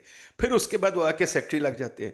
सेक्रेटरी जब लगते हैं तो एकदम डोनर से बात करना शुरू करते हैं कि पोस्ट रिटायरमेंट जॉब मुझे मिल जाए। तो इसमें वो मुलाजिम किसके हैं? इसमें मॉरल हेल्थ प्रॉब्लम कोई नहीं है।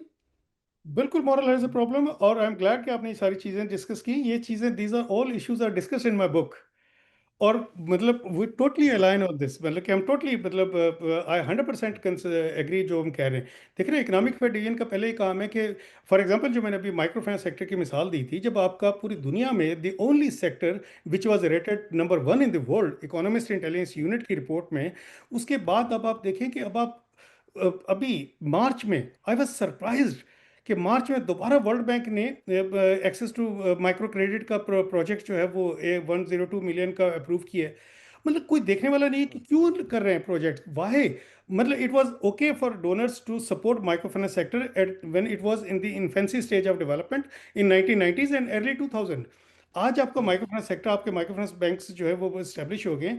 30 ईयर्स के बाद भी आप जाके उसी प्रोजेक्ट्स पे काम कर रहे हैं। ये इकोनॉमिक अफेयर डिवीजन का काम था ना, कि वो देखें कि जी क्या इवोल्यूशन है कि नहीं, बट प्रोजेक्ट। अगर इकोनॉमिक अफेयर्स का सेक्रेटरी जो है उसको पता है कि उसको पोस्ट रिटायरमेंट नौकरी वहां मिलनी है, तो वो लोन क्यों नहीं That बढ़ाएगा? is so I have ठीक है ना? highlighted these issues. I have highlighted these issues in my book. I हाँ, call it हाँ। waste, abuse and fraud. So international aid जो है, मतलब जो सिस्टम है, it permits corruption. ये करप्शन है, ठीक है ना, क्योंकि अच्छा, मतलब एक और आप। चीज बताइए, जी एक और चीज बताइए कि क्या ये जो मिथ है कि जी। इनके लोन्स बड़े चीप हैं, इज दिस अ मिथ और इज दिस रियल कि इनके लोन्स बड़े चीप हैं? देखिए ओवरऑल आप देखिए ना, ओवरऑल आप ओवरऑल मैं तो इकोनॉमी का कॉन्सेप्ट देखता हूँ ना। ठीक है, आईएमएफ के लोन हैं, थोड़े से आपके कंसेशनल लोन्स होते हैं, लेकिन आप सर्टन बार जो पीआरजीटी के प्रोग्राम्स हैं, पॉवर्टी रिडक्शन ग्रोथ के तहत आते हैं पुअर कंट्रीज, उनके लिए तो वो वाकई चीप होते हैं। ठीक है ना, जो पाकिस्तान जिस तरह की कंट्रीज हैं वो ठीक है, वो लोन कंसेशनल होता है आईएमएफ का, लेकिन उसके साथ ऊपर उन्होंने सरचार्जेस भी लगा दिए हैं कि अगर आप सर्टन थ्रेशोल्ड से बढ़ते हैं, और वो उन कंट्रीज़ के लिए जो कि प्रोलॉन्ग यूज़र हैं फंड क्रेडिट, उनके लिए सरचार्जेस हैं। सरचार्जेस पॉलिसी जो है ना, इस पे मैंने वहाँ आईएमएफ में भी था तो मैंने बहुत ज़्यादा इस पे मतलब पॉइंट रेज किया था। तो मतलब सिर्फ दो कॉन्स्टिट्यूंसीज थी जिनको प्रॉब्लम थी। उस आप अंदाज़ा करें कि आईएमएफ की जो एग्जैक्ट फिगर मुझे याद नहीं आ रही, कि जो ऑपरेशनल इनकम है उसका मेजर चंक सरचार्जेस से हो रहा था। और सरचार्जेस क्या थे, वो 5 कंट्रीज पे कर रहे थे: अर्जेंटीना, पाकिस्तान, इजिप्ट, यूक्रेन और एक दूसरा कंट्री। तो अब उन्होंने हमने कहा कि सरचार्जेस पॉलिसी को आप रिव्यू करें, ये तो आप पेनलाइज कर रहे हैं कि मतलब कि आप उन कंट्रीज के बेसिकली के जो आपके जो सबसे ज़्यादा आईएमएफ का लोन ले रहे हैं वही आपका आईएमएफ की ऑपरेशनल इनकम को चला रहे हैं। तो उस पर ज़ाहिर है कि जो इन्फ्लुएंशियल चेयर्स हैं दे वर नॉट विलिंग, तो फिर उस पर वो नहीं हुआ। और अभी उन्होंने सरचार्जेस पॉलिसी को थोड़ा सा रिव्यू की है, तो वो उसका रेट कम कर दिया है, लेकिन ये तो चार्जेस आईएमएफ है की बात करें, what about the world bank हैं। And ADB? What about the world bank and ADB? उनके लोन्स चीप हैं कि नहीं? उनके कंसेशनल होते हैं, जो उनके कंसेशनल होते हैं, लेकिन आप ये भी देखें ना कि फिर जब जब quality, my concern is quality. ठीक है ना, अगर तो नहीं, बट आपको देखिए, वाकई तक किसी जब कंसेशनल लोन्स होते हैं, एक चीज गौर करें, उनके कमिटमेंट चार्जेस भी होते हैं, जी उसमें टीए का कंपोनेंट भी होता है। जी तो टीए का कंपोनेंट जिसमें वो, मैंने एक पेपर लिखा था आईएमएफ में ही, कि उनके थर्ड रेट कंसल्टेंट जब यहाँ आके काम करके जाते हैं, उसका जो नुकसान होता है वो भी तो काउंट करें ना। कि आपने बताया जैसे कि टैक्स रिफॉर्म प्रोग्राम में कोई $1 बिलियन तो हम ले चुके हैं लोन, जो कि हम्म हमारे लिए बिल्कुल यूजलेस था। माइक्रो हम्म फाइनेंस में पता नहीं कितने लोन्स ले चुके हैं जो बिल्कुल। तो मुझे तो लगता है इनके लोन्स हम चीप नहीं कंसिडर कर सकते, they are very expensive in the long run. ठीक है यस। ना, ये नहीं है कि दे आर चीप, है ना? क्या ऑन ख्याल द है? Face of it, on the face of it cheap है, लेकिन हाँ, जब आप ओवरऑल देखें ना, कॉस्ट बेनिफिट आप एनालिसिस कर रहे हैं, ओवरऑल कॉस्ट देख रहे हैं, मैं तो इकोनॉमी पे उसकी कॉस्ट देख रहा हूँ ना, ओवरऑल इकोनॉमी पे, कि वो आज डालनी आप पड़ेगी ना अनसस्टेनेबल, बीच में, आज वो आप बीच में डालनी अनसस्टेनेबल पड़ेगी। डेट पर आ गए हैं। ठीक है ना, आपने 2019 से अब तक 3 बैक-टू-बैक आईएमएफ प्रोग्राम किए हैं। डू यू रियली बिलीव कि जी ये आखिरी प्रोग्राम होगा? हर गवर्नमेंट ये कहती है कि जी आखिरी प्रोग्राम होगा, कभी हुआ है आखिरी प्रोग्राम? तो वो जो हम आपने आते जा देखा रहे है, हैं इंटरेस्ट पेमेंट जो केन रोगोफ ने कहा है, मैं सबको जी रिमाइंड कराता हूँ, केन रोगोफ, जो आपको याद है आईएमएफ का चीफ इकोनॉमिस्ट भी जी, था, चीफ माशाल्लाह इकोनॉमिस्ट। हार्वर्ड का वेल नोन प्रोफेसर है, दुनिया में बड़ा उसका नाम है। केन रोगोफ को टाइलर कोवेन ने, आप प्लीज सर्च कर ले, इंटरव्यू किया आज से कुछ 3 महीने पहले। जी तो रोगोफ से उसने कुछ 11वें मिनट पे पता नहीं कैसे उसने पूछ लिया, उसने कहा पाकिस्तान के बारे में क्या ख्याल है? रोगोफ ने कहा Pakistan is a gone case, इसने कभी ठीक नहीं होना। उसने कहा तुम इसको 26 प्रोग्राम दोगे अगर तुम आईएमएफ के मैनेजिंग डायरेक्टर? उसने कहा देना ही पड़ेगा, क्या करें? कहता पाकिस्तान को राइट ऑफ कर दो, इसको सोचो कि आपने हर साल थोड़े से पैसे हैं, हर साल $2-3 बिलियन लेते हैं, और ये क्या कहते हैं, दुनिया में गंद नहीं डालते, इनको वैसे ही रहने दो, इस पे होप कोई नहीं है।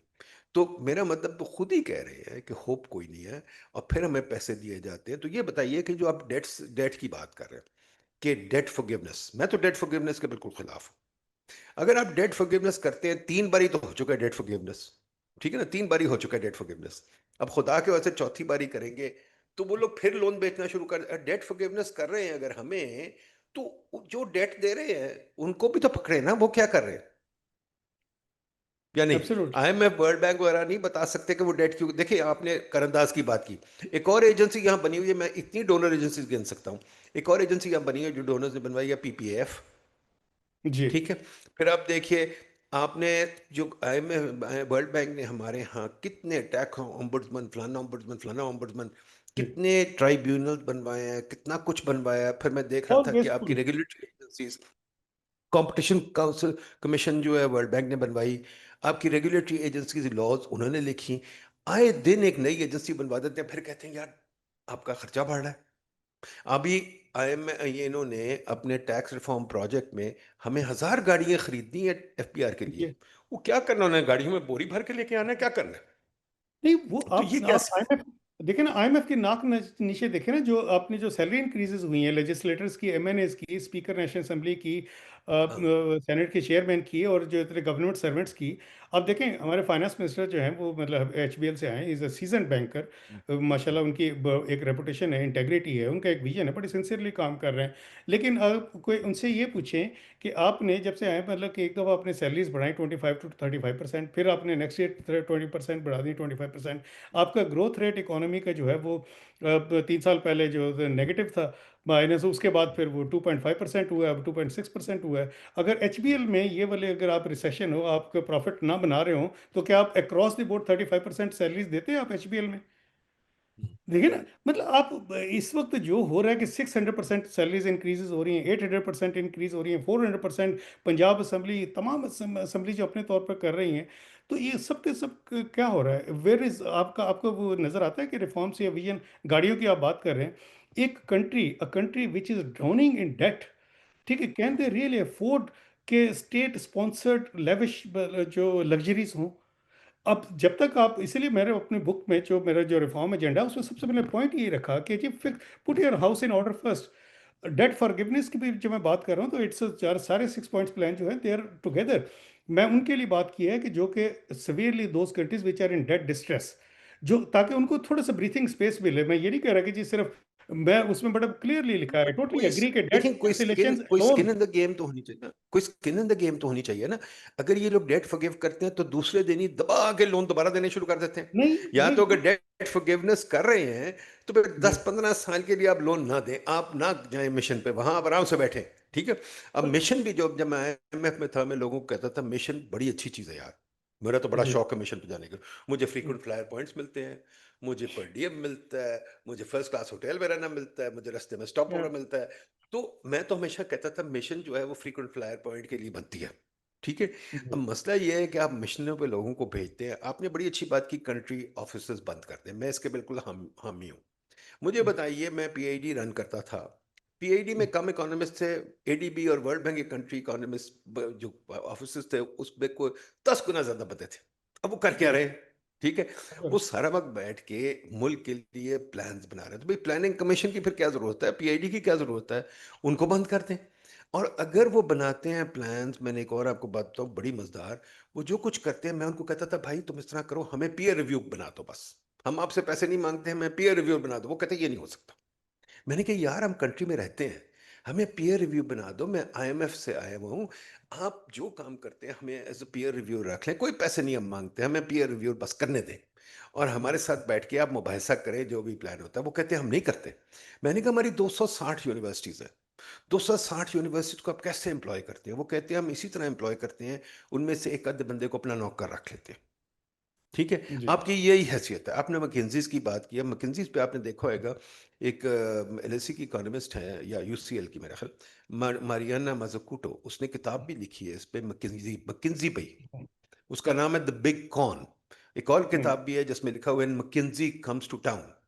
मैकेंजीज हम्म, की इतनी बदतरीफी दुनिया में हो रही है, कंसल्टिंग फर्म्स की इतनी हो रही है। हमारे यहाँ जो कंसल्टेंट आते हैं, मैंने इस पे पेपर किया था, फंड में पब्लिश हुआ था, कि भाई आप हमारे सबसे अच्छे बंदे ले लेते हैं और हमें थर्ड रेट कंसल्टेंट भेजते हैं। बड़ा हम्म, अच्छी तरह प्रूफ किया था सब कुछ। अब मसला ये है कि जो कंसल्टेंट यहाँ आते हैं, वो again no skin in the game. अभी यस, स्टेफन डरकन आया, पता नहीं क्या करके चला गया है, मसला ये है कि हमने अपना सारी पॉलिसी आउटसोर्स कर दी है, और हमारे जी, सिविल सर्व जो पॉलिसी बनाते हैं वो उनके साथ है। जो इकोनॉमिस्ट थोड़े से क्रिटिसाइज करते हैं, उनको कहते हैं बाहर निकाल दो इनको, ये नहीं आ हम्म, सकते। एक आधा बैंकर ऊपर ले आओ, क्योंकि बैंकर क्रिटिसाइज नहीं करता, बैंकर तो सिर्फ काउंटिंग जानता है। अब मैं इस हम्म। पे बहुत लिख चुका हूँ और कई लोग लिख चुके हैं, फंड प्रोग्राम और जो डोनर स्ट्रैटेजी है सारी गलत है, बिल्कुल गलत है। My because my entire growth book का is कोई, बिल्कुल आप my यही कह रहे हैं, entire बिल्कुल my I am agreeing entire with you. book discusses these issues जो आप बता रहे बिल्कुल हैं। I agree with you, I agree with you, तो मैं उसी को हाईलाइट कर रहा हूँ कि जी, वी मस्ट बिगिन टू। अब हमारे यहाँ पॉलिसी कहाँ बनेगी? देखिए सही साहब, जो मुझे डर आता है, जो मैं रोता हूँ, जो मैंने एक दफा long time ago I wrote a paper on this history of the economics profession. आपने हमारी प्रोफेशन को मार्जिनलाइज करके खत्म कर दिया। देर इज नो जी, economics profession in Pakistan, because आप प्रोफेशन को कोई इज्जत ही नहीं देते। ये देखिए, मैं जाता था जब एईए की मीटिंग्स में अमेरिका में, तो वहाँ स्टैन फिशर और जो बड़े बड़े लोग थे ना, ये वहाँ कोई चैंपियन नहीं थे, ये वहाँ बच्चे थे। वो जो नोबेल प्राइज विनर थे गैरी बेकर, रॉबर्ट लुकस, वो इनसे ऊपर थे और ये जी। उनको जाकर सलाम करते थे। मुझे याद है गैरी बेकर मेरा सुपरवाइजर था, मैंने उससे पूछा एक दफा कि यार मैं इन लोगों को बुलाता हूँ, उसने कहा तू क्या बुलाएगा, इनसे तो मैं बात कर लूंगा जब मर्जी, मेरे बच्चे हैं।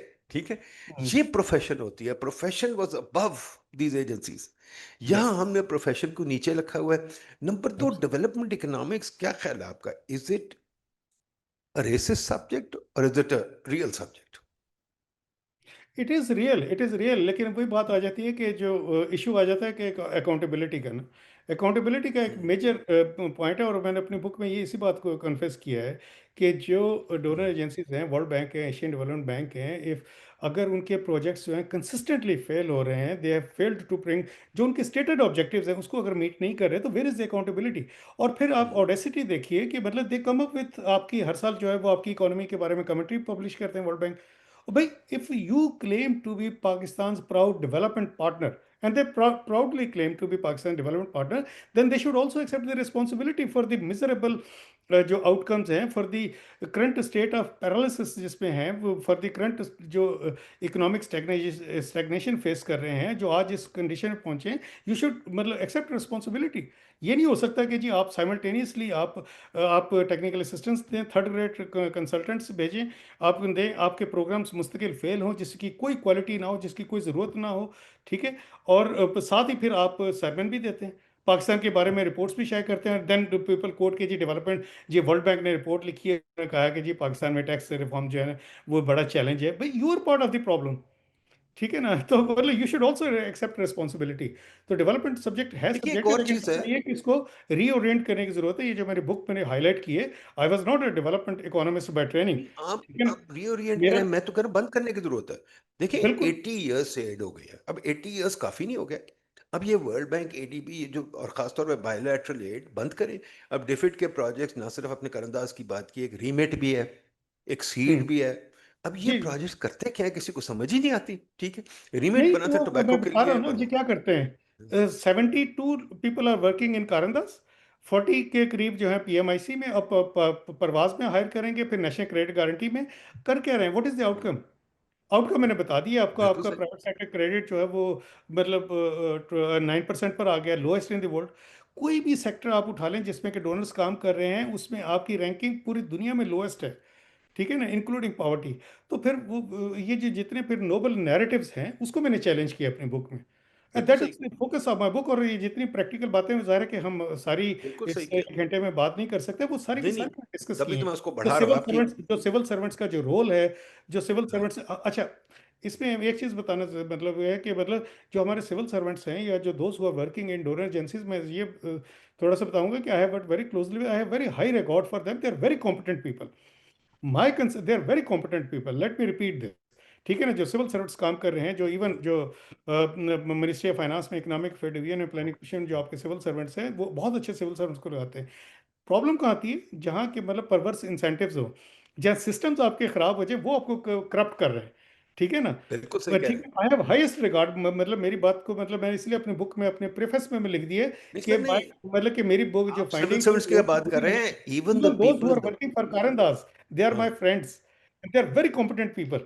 लेकिन मतलब वो इंसेंटिव इस तरह क्रिएट किया गया कि जो एड डिपेंडेंसी होती है, एड डिपेंडेंसी क्रिएट्स एनवायरनमेंट के जिसमें जो डोनर एजेंसीज हैं, उनके अपने इकोनॉमिक इंसेंटिव्स और अपना पॉलिटिकल उनके इंटरेस्ट है। ठीक है ना? They are driven by their own economic incentives. और उनका इंसेंटिव क्या है? उनका इंसेंटिव ये है कि इन कांस्टेंट फ्लो ऑफ एड, जो कांस्टेंट डिस्ट्रीब्यूशन ऑफ एड, तो क्वालिटी डजेंट मैटर। वो प्रोग्राम को कोई फर्क पड़े ना पड़े उसका, लोगों का, आपका, आप। लेकिन हमें सोचना चाहिए ना, एज ए पॉलिसी मेकर, हमारा काम है सोचने का कि आज हम कर्ज के इतने अनसस्टेनेबल डेट में आ गए, हमें मिला क्या? दैट इज ए फंडामेंटल देखिए क्वेश्चन। सही साहब, आप बिल्कुल ठीक कह रहे हैं, I fully agree with you, मैं आपकी बातों की तायीद कर रहा हूँ, मैं कोई इसमें वो आपकी बातों की मैं बिल्कुल तायीद कर रहा हूँ कि क्या होगा। Shit, the hell. जी सॉरी, मैं आपकी बातों की बिल्कुल तायीद कर रहा हूँ कि ये, let me get back to it.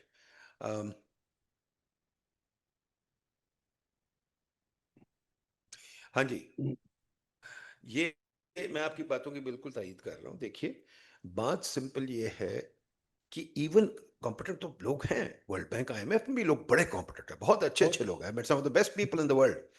और सिविल सर्विस में बड़े अच्छे लोग हैं, मैं I am not against any individual, it's जी, a system that is the problem. मैंने कहा ना, एब्सोल्युटली। मुझे आप इंसेंटिव देंगे, मैं कहीं भी काम कर रहा हूँ, I have to respond to the incentives. मुझे आईएमएफ के एग्जीक्यूटिव बोर्ड को रिपोर्ट करना था, मुझे कंट्री के किसी को रिपोर्ट नहीं करना था। हुँ, और आईएमएफ के एग्जीक्यूटिव बोर्ड ने जो फॉलो करना था, और एक और भी चीज़ है, मेरा ख्याल है सिर्फ मैनेजिंग डायरेक्टर की बात नहीं, हमें एग्जीक्यूटिव बोर्ड को भी चेंज करने की जरूरत है। जब एग्जीक्यूटिव बोर्ड में सिविल सर्वेंट्स ही जा रहे हैं, तो उन्होंने तो फिर वही चीज़ करनी है जो कोई और कर रहा है, क्रिटिकल तो कोई है नहीं बिल्कुल भी, ठीक है ना, क्रिटिसिज्म तो हो भी नहीं सकती। तो जो सिस्टम ऑफ इंसेंटिव्स, मैं उसके ऊपर बात कर रहा हूँ कि सिस्टम इंसेंटिव्स ये है, डोनर्स ने ये सेटअप कर दिया है, and I think quite frankly it's almost a continuation of colonialism, कि कॉलोनियल ने कहा था हम कंट्रोल करते हैं। मेरा तो ख्याल है जब वो यहाँ से गए, उन्होंने कहा यार इनको बड़ा आसान है कंट्रोल करना, इनको थोड़े पैसे से कंट्रोल करेंगे, हम ऊपर सर पे बैठते हैं, तो फिर मुसीबत पड़ती है, ये रिवोल्ट करते हैं, हमने से लड़ना पड़ता है, तो छोड़े इनको, हम कुछ नहीं कहते, इनको हम पैसे, कंडीशनैलिटी और टेक्निकल असिस्टेंस से कंट्रोल कर लेंगे। अब मसला ये है कि हमारे जो लोग हैं, एक सिस्टम ऐसा उन्होंने मज़ेदार बनाया है, इट्स अ ब्यूटीफुल सिस्टम, कि हमें हमारे लोगों को खरीद लेते हैं, हमें कहते हैं कैपेसिटी डेवलपमेंट। चलें जी, कैपेसिटी जी, डेवलपमेंट मान जाते हैं। अब कैपेसिटी डेवलपमेंट हमारी हो ही नहीं रही, 80 साल हो गए कैपेसिटी डेवलपमेंट नहीं हो रही। 80 साल से मैं आईएमएफ इंस्टीट्यूट में था, वही हम आईएमएफ जो क्या कहते हैं प्रोग्रामिंग टेक्निक पढ़ा रहे हैं, विच इज बेसिकली, मैंने उस पर पेपर भी लिखा था, बेसिकली 3 इक्वेशन है यार, कोई बड़ी बात नहीं है, इट्स एन अकाउंटिंग प्रोग्राम, ठीक है। वो जी, हम राइट। 80 साल से पढ़ा रहे हैं। मैंने बड़ी शोर मचाया था, मैंने कहा यार ये आउटसोर्स कर दो, लोकल कंपनीज पढ़ाएं, लोकल स्टेट बैंक्स पढ़ाएं, हमें क्या जरूरत है करने की ये काम, ठीक है। बट वो नहीं नहीं हमने करना है। अब मैं मिशन पे जाता था ये काम करने के लिए, विच इज़ रिडिकुलस, ठीक है ना। तो अब मैं क्या करूंगा, मैं जाऊंगा तो मैं वही पढ़ाऊंगा ना, और क्या करूंगा। तो मसला ये है हुँ, कि बस फिर हमारे बंदे उस जमाने में, शुरू में अगर आप गौर करें, हमारे पास इकोनॉमिस्ट बहुत कम थे। अब हमारे कितने बंदे कैम्ब्रिज, ऑक्सफोर्ड, शिकागो, हार्वर्ड से, स्टैनफोर्ड से पढ़ आए हैं, पर फिर भी हमें कैपेसिटी डेवलपमेंट चाहिए, फिर भी हम कुछ नहीं कर सकते। हमारे बंदे आपकी तरह हमने भगा दिए हैं पाकिस्तान से, सारे भगा दिए हैं, कोई आईएमएफ बैठे को जो पढ़ जाता है उसको आईएमएफ वर्ल्ड बैंक में चला जाता है। तो हमारी अपनी इंस्टीट्यूशन तो बिल्कुल मायूस रहती हैं। तो ये भी एक इसका बाय प्रोडक्ट है। अनइंटेंडेड कॉन्सिक्वेंसेज भी बहुत सारे हैं। तो हमें एड को कुछ इंटेंडेड कॉन्सिक्वेंसेज, इंटेंडेड कॉन्सिक्वेंस हमें मातहत रखना है। अनइंटेंडेड कॉन्सिक्वेंसेज ये है कि हमारी ब्रेन ड्रेन बहुत हो रही है, और ये एजेंसीज फैसिलिटेट करती है ब्रेन ड्रेन में। इनके अगर ऑफिसेज बंद कर दें, इनका अगर सिस्टम बंद कर दें तो बहुत अच्छा है।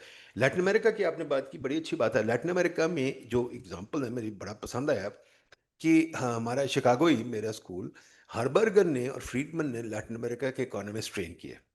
और एक किताब है बड़ी मजेदार, वाल्डेज की, वो पिनोशेस इकोनॉमिस्ट। उसमें यूएसएड ने कोशिश की कि इनको कहो कि तुम हमारे सिस्टम में, उन्होंने कहा ना ना ना ना, वो बड़े लोग थे, उन्होंने यूएसएड से बहस करके कहा, उन्होंने कहा जी ministry of finance, state bank, उन्होंने ना ना, मैं हम यूनिवर्सिटी बनाएंगे। हुँ, उन्होंने लैटिन अमेरिका का एक कोर तैयार कर दिया इकोनॉमिस्ट का, जो उन्होंने आके इकोनॉमीज को काफ़ी चेंज किया।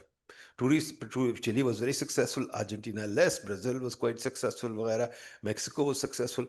But if you look at it, it's the economists that did it, not the bankers. ठीक है।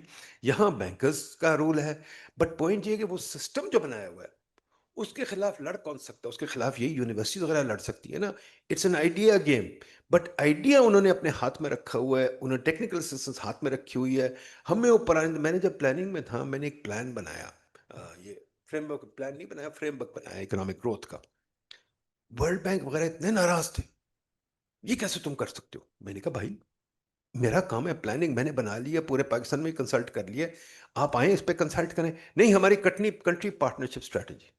मैंने एक साथ बैठ के, मैंने कहा जी, हफीज भी बिठाया, फ्रेंड फाइनेंस में सब, मैंने कहा जी आए बैठ के बात करें। कंट्री पार्टनरशिप स्ट्रेटजी प्लान के मतहत होगी, ऊपर नहीं होगी। आप बनाएं, इसके मतहत बनाएं, इसके गोल्स लें, खुद ना बनाएं। उन्होंने कहा नहीं हम नहीं कर सकते, बड़ी लड़ाई हुई। जब मैं चला चला गया, उन्होंने कंट्री पार्टनरशिप स्ट्रेटजी अनाउंस की, ठीक है, और उसमें कोशिश की फ्रेमवर्क इकोनॉमिक ग्रोथ को साइट भी नहीं किया। इस किस्म हुँ, की तो ये चीज़ें होती हैं।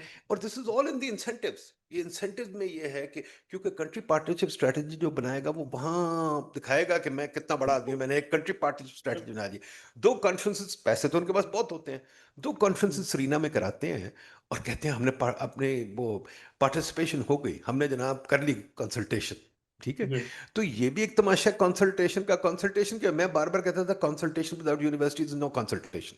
अब सरीना में ना बैठे, यूनिवर्सिटीज में आए, कहते हैं यूनिवर्सिटी नहीं अब हमें, हम सरीनाम बैठे हैं। जितने डोनर्स के इनिशिएटिव्स हैं, अगर आपको जेंडर मेन स्ट्रीमिंग के हैं, ये जितने भी हैं, वो आपको इस्लामाबाद के सरीना मेरिट होटल, लाहौर के पीसी होटल में, कराची के जो 5 स्टार होटल हैं उसमें मिलेंगे आपको कॉन्फ्रेंस, जितने डोनर्स की हो रही है। और सर वो चेक बॉक्स होता है, आपने टिक करने के बॉक्स से आपने ये कर लिया है।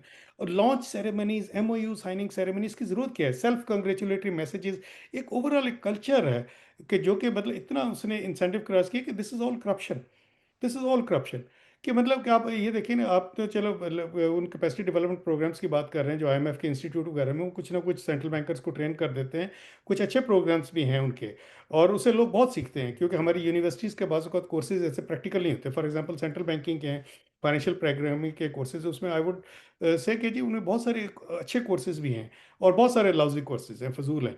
लेकिन जो मेन चीज़ आती है कि मतलब कि आप बायलैटरल के प्रोग्राम्स देखें ना, कि इस वक्त जो ये जो कल्चर है पूरी दुनिया में कॉन्फ्रेंसेस का, सेमिनार्स का, उसे मैं भी इंटरेस्टिंग एग्जांपल दे रहा हूँ ना, जो फाइनेंशियल इंक्लूजन के देखें। अब जो ग्लोबल माइक्रो क्रेडिट की समिट,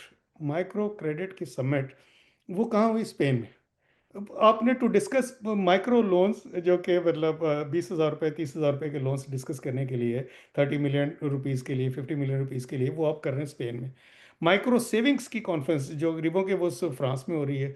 फाइनेंशियल इंक्लूजन के जो ग्लोबल फोरम्स हैं, वो केप टाउन, बाली, मैक्सिको में कैंकन, जितनी ब्यूटीफुल एग्जॉटिक लोकेशंस पर हो रहे होते हैं।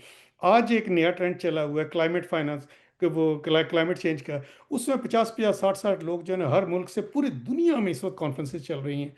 और वो मैंने जो अपने आर्टिकल में भी मिसाल दी, कि मैंने कहा क्या किस स्टूपिड किस्म के बजवर्ड्स यूज़ करते हैं, जार्गन्स यूज़ कर रहे हैं जी, जेंडर रिस्पॉन्सिव क्लाइमेट फाइनेंस। मतलब कोई मुझे एक्सप्लेन करे कि what is this gender responsive climate finance, या जेंडर ट्रांसफॉर्मेटिव वैल्यू चेंज। ये इस तरह के मतलब जो जार्गन्स यूज़ करते हैं, बजवर्ड्स यूज़ कर रहे हैं।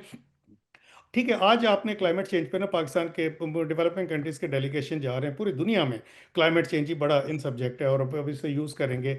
जो स्वात और बुनीर में हो रही है, कोई जाकर उनसे पूछे कि जी इसमें जेंडर जो रेस्पॉन्सिव जो क्लाइमेट फाइनेंस है, किस तरह से स्वात और बुनीर में जो कुछ हुआ उसको हम ठीक कर सकते हैं। जो ग्राउंड रियलिटीज़ हैं, जो लोकल कॉन्टेक्स्ट है, उसको टोटली इग्नोर किया जाता है। ठीक है ना? बायलैटरल, आज अभी आप मिसाल लें, मैंने माइक्रो फाइनेंस की दोबारा मिसाल देता हूँ, समय पता नहीं, शायद मैं उसमें रहा हूँ। आज 2025 में अभी तक डोनर स्पॉन्सर्ड माइक्रो फाइनेंस के जो प्रोग्राम्स हैं, वो सरीना में हो रहे हैं। ठीक है ना? माइक्रो फाइनेंस सेक्टर की मतलब वो 90s में था एक। फिर ये गोल पोस्ट चेंज करते रहते हैं डोनर्स। पहले था माइक्रो क्रेडिट, फिर माइक्रो क्रेडिट के बाद आया जी माइक्रो फाइनेंस के बाद आया एक्सेस टू फाइनेंस के फाइनेंशियल इंक्लूजन, फिर फाइनेंशियल इंक्लूजन के बाद ये digital financial service, digital financial inclusion, अभी डिजिटलाइजेशन। यूएन का भी इस तरह से, आपको अब हम उस पर सब्जेक्ट पे डिटेल में नहीं जाता, मैंने अपनी बुक में ये सारी चीज़ें डिटेल में डिस्कस की हैं। गोल पोस्ट किस तरह से चेंज होते हैं टू स्टे रेलेवेंट। ठीक है? वो पहले एमडीजीज आ गए जी, मिलेनियम डेवलपमेंट गोल 2015 में, जब वो पूरे नहीं हुए तो फिर 2016 में उन्होंने कहा जी आइंदा 15 साल के लिए सस्टेनेबल डेवलपमेंट गोल्स। अब यूएन ने पहले ही कह दिया कि जी 17% तक जो चांसेस है कि जितने गोल्स हैं ये कंप्लीट नहीं होंगे 2030 तक, हार्डली 70% कंप्लीट होंगे। आईएमएफ ने स्टडी की 2021 में पाकिस्तान के रेफरेंस से, कि उसमें बड़ी इंटरेस्टिंग स्टडी थी, to achieve sustainable development goals by 2030 Pakistan needs to spend 16% of the GDP more additional resources. अब 16%, अब जो इस वक्त टोटल एजुकेशन, हेल्थ और जो सोशल प्रोटेक्शन सारे मिला के लेस देन 5% ऑफ जीडीपी खर्च करते हैं। और फिजिकल स्पेस हमारे पास है नहीं, आपको इंटरेस्ट रीपेमेंट करने के लिए हम जो है वो बारो कर रहे हैं दोबारा लोगों से ना, डेट टू रीपे डेट, बार बार आईएमएफ के प्रोग्राम में जा रहे हैं। How can we create physical space के जिसमें 16% ऑफ जीडीपी जो है वो अब मतलब वो करें, ताकि एसडीजीज अचीव हो तो 2030 में। So they keep changing on goal post. ठीक है? फिर इसी तरह से जो है वो दे compete each other और to get hands on strategically important projects. अब आप देखें ना कि मतलब कि आपने एफबीआर का टैक्स रिफॉर्म के लिए जो है वो अपने कारंदाज को दे दिया। वो आइडिया क्या है? यूकेएफसीडीओ की एलोकेशन आपको पता है कितनी कम होगी? आपको पता है कि 2015 से 2019 तक Pakistan was a priority country for UK DFID का, और हमें सबसे ज़्यादा मिली थी, तकरीबन 460 मिलियन तक था 2016 में। उसके बाद 2019 में होके वो कम होके 2020 में 200 मिलियन पाउंड पर आ गई। लास्ट ईयर की एलोकेशन कितनी है 23-24 की ओडीए की? Just 41.5 million pound. और यूएसएड शुक्र की है। कितनी थी बिफोर इज क्लोज डाउन, मतलब 2024 में $116 मिलियन। अब आप मुझे बताइए, पीनट्स हैं। योर इकोनॉमी, आपकी इकोनॉमी $410 बिलियन की आपकी इकोनॉमी है, $410 बिलियन की इकोनॉमी। और आप ये 41 मिलियन पाउंड, $56 मिलियन बनते हैं, ठीक है। और 116 बिलियन के आपने बायलैटरल डोनर्स खोले हुए हैं, और उनको वो आप सजदा कर रहे हैं। उनको आपने सईद अपने साहब, लिए बनाया हुआ है। आप कॉलोनियलिज्म खुद करें बायलैटरल डोनर्स के प्रोग्राम। कॉलोनियलिज्म इंपीरियलिज्म बहुत चालाक है। मैंने सॉफ्ट कहा ना, पावर। उनको पता है कि हमारे माइंड्स कंट्रोल कर ले, जरूरी नहीं कि यहाँ राज करें, हमारे माइंड्स कंट्रोल कर लें और हम आराम से बैठे, यहाँ कोई ऐसी कैपेसिटी बनने ही ना दें जो आर्ग्यू कर सके पीछे से। मैं आपसे लास्ट एक दो सवाल पूछ लूं। एक जो चीज मुझे नजर आती है बहुत इंपॉर्टेंट, कि वो डेवलपमेंट इकोनॉमिक्स इंटेलेक्चुअली वो अपने हाथ में रखते हैं। जैसे मैं बड़ी देर से कह रहा हूँ कि अभी एक कॉन्फ्रेंस हुई थी वॉशिंगटन में, मैं वहीं था, ABCDE, annual bank conference on development economics. मैंने वहाँ चीफ इकोनॉमिस्ट को भी और काफ़ी लोगों को जो करा रहा था बंदा, उसको भी मैंने आर्टिकल लिख के भेजा। मैंने कहा ये क्या है यार, इसमें हमारी तरफ से तो कोई बंदा नहीं आता, ठीक है। नहीं, हमने बुलाया, मैंने कहा तुमने अपने फेवरेट्स बुलाए हुए हैं, आधे वर्ल्ड बैंक के बंदे, आधे वर्ल्ड बैंक के कंसल्टेंट्स हैं, हमारी तरफ से कोई क्रिटिकल बंदा तो आ नहीं रहा, तुम उसको तो बुलाते कोई नहीं, ठीक है ना। इसी तरह अगर आप देखें, जो कंसल्टेंट्स आते हैं, अगर मैं देखूं जो वर्ल्ड डेवलपमेंट रिपोर्ट है जो बड़ी मानी जाती है, उसके अंदर सारे कंसल्टेंट उनकी यूनिवर्सिटी से होते हैं। हमारी यूनिवर्सिटी से कोई नहीं जाता, हमारी यूनिवर्सिटी से कोई मिशन लीड नहीं करता, हमारी तरफ से कोई नहीं जाता। तो इसलिए एक सिस्टम चल रहा है जहां सारा नैरेटिव गोरे का आता है, हमारी तरफ से कोई नहीं जाता, ठीक है ना। और हमारी तरफ से जो नैरेटिव बनते हैं उनको वो जिंदा मार देते हैं, even with in the bank. For example, एक बंदा मेरा दोस्त बिल ईस्टली, जिसने इनके खिलाफ लिखा, मुझे याद है मैं इसलिए उस वक्त वहीं था जब बिल बहुत ईस्टली अच्छे का उसने सेमिनार पेपर्स वर्ल्ड, लिखे हैं फॉरेन एड के, हाँ, मैंने कोट किया उसने है उनको अपने किताबें भी, बुक दो में। तीन किताबें भी बड़ी मजेदार उसने लिखी हैं। जी। उसकी किताब की जो लॉन्चिंग थी वर्ल्ड बैंक ने होने नहीं दी अपनी अपने ग्राउंड पे, ठीक है। अब मसला ये है कि ये इंटेलेक्चुअली अपनी टांग ऊपर रख रहे हैं, हम सुप्रीमेसी। इंटेलेक्चुअली नीचे रह जाते हैं जी। And we are not ready to challenge them. ये बताइए इसका क्या कर सकते हैं, how can we challenge them intellectually. जो आप किताब लिख रहे हैं वो लोग छुपा देंगे थोड़ी देर के बाद, ठीक है। हम इसको इंटेलेक्चुअली कैसे मेन स्ट्रीम करें, मेरी तो कोशिश है इन आइडियाज को मेन स्ट्रीम करें इस पॉडकास्ट में, कैसे करें। इसको मेरे ख्याल बहुत ज़रूरी है, और ये this was my motivation to write this book. क्योंकि मेरा एक्सपोजर था, मैंने वर्ल्ड बैंक के साथ मतलब क्लोजली काम किया। मैंने डिफरेंट के प्रोजेक्ट्स मैंने मैनेज किए, मैंने आईएमएफ में काम किया एग्जीक्यूटिव बोर्ड पे। जो मेरी ऑब्जर्वेशन थी, तो मुझे बड़ी मोटिवेशन थी कि ये चीज़ें लिखना ज़रूरी है। एंड आई थॉट कि this is one of the way how I can pay back to my nation, ठीक है ना। और ये जो डेवलपिंग कंट्रीज का है, वो यू आर राइट। इसलिए कि हम, मसला ये है कि हमें अपने घर को ठीक करने की ज़रूरत है। प्रॉब्लम है कि जैसे आपने भी पॉइंट रेस किया शुरू में, कि आपने इकोनॉमिस्ट को साइडलाइन किया, आप इकोनॉमिस्ट को मार्जिनलाइज करते हैं। आई वॉज एन एक्सेप्शन कि मैं आईएमएफ में भेजा गया, ठीक है। I was an exception. और वो इसलिए एक्सेप्शन थी कि मुझसे पहले जितने सिविल सर्वेंट्स गए, उसमें आईएमएफ के एग्जीक्यूटिव डायरेक्टर ने एतराज़ किया कि जी उनकी कंट्रीब्यूशन जो है वो मतलब उन्होंने कहा कि जी आईएमएफ का जो स्किल सेट है it's a different, we need macro economist. तो इसलिए I was a consensus candidate. मुझे डॉक्टर इरशद साहब ने, गवर्नर तारिक बाजवा साहब ने, बाद में रजा साहब ने भी, असद आरिफ साहब, असद उमर साहब ने भी, पर सब ने मतलब एक, I was a consensus candidate. क्योंकि मैं सेंट्रल बैंक के बिहाफ पे आईएमएफ के प्रोग्राम को मैं technically, I was team leader technical behalf पे, I use to participate in technical as well as policy discussions. तो मैं, मुझे नॉमिनेट किया है, और फिर मैं आईएमएफ में जाके वहाँ एग्जीक्यूटिव बोर्ड पे मेरी जो इंटरवेंशन थी, वो आप इंडिपेंडेंट मेरा ज़रा फीडबैक लें। वो मैंने कितना मैं वोकल था डेवलपिंग कंट्रीज़ का और इमर्जिंग मार्केट्स का।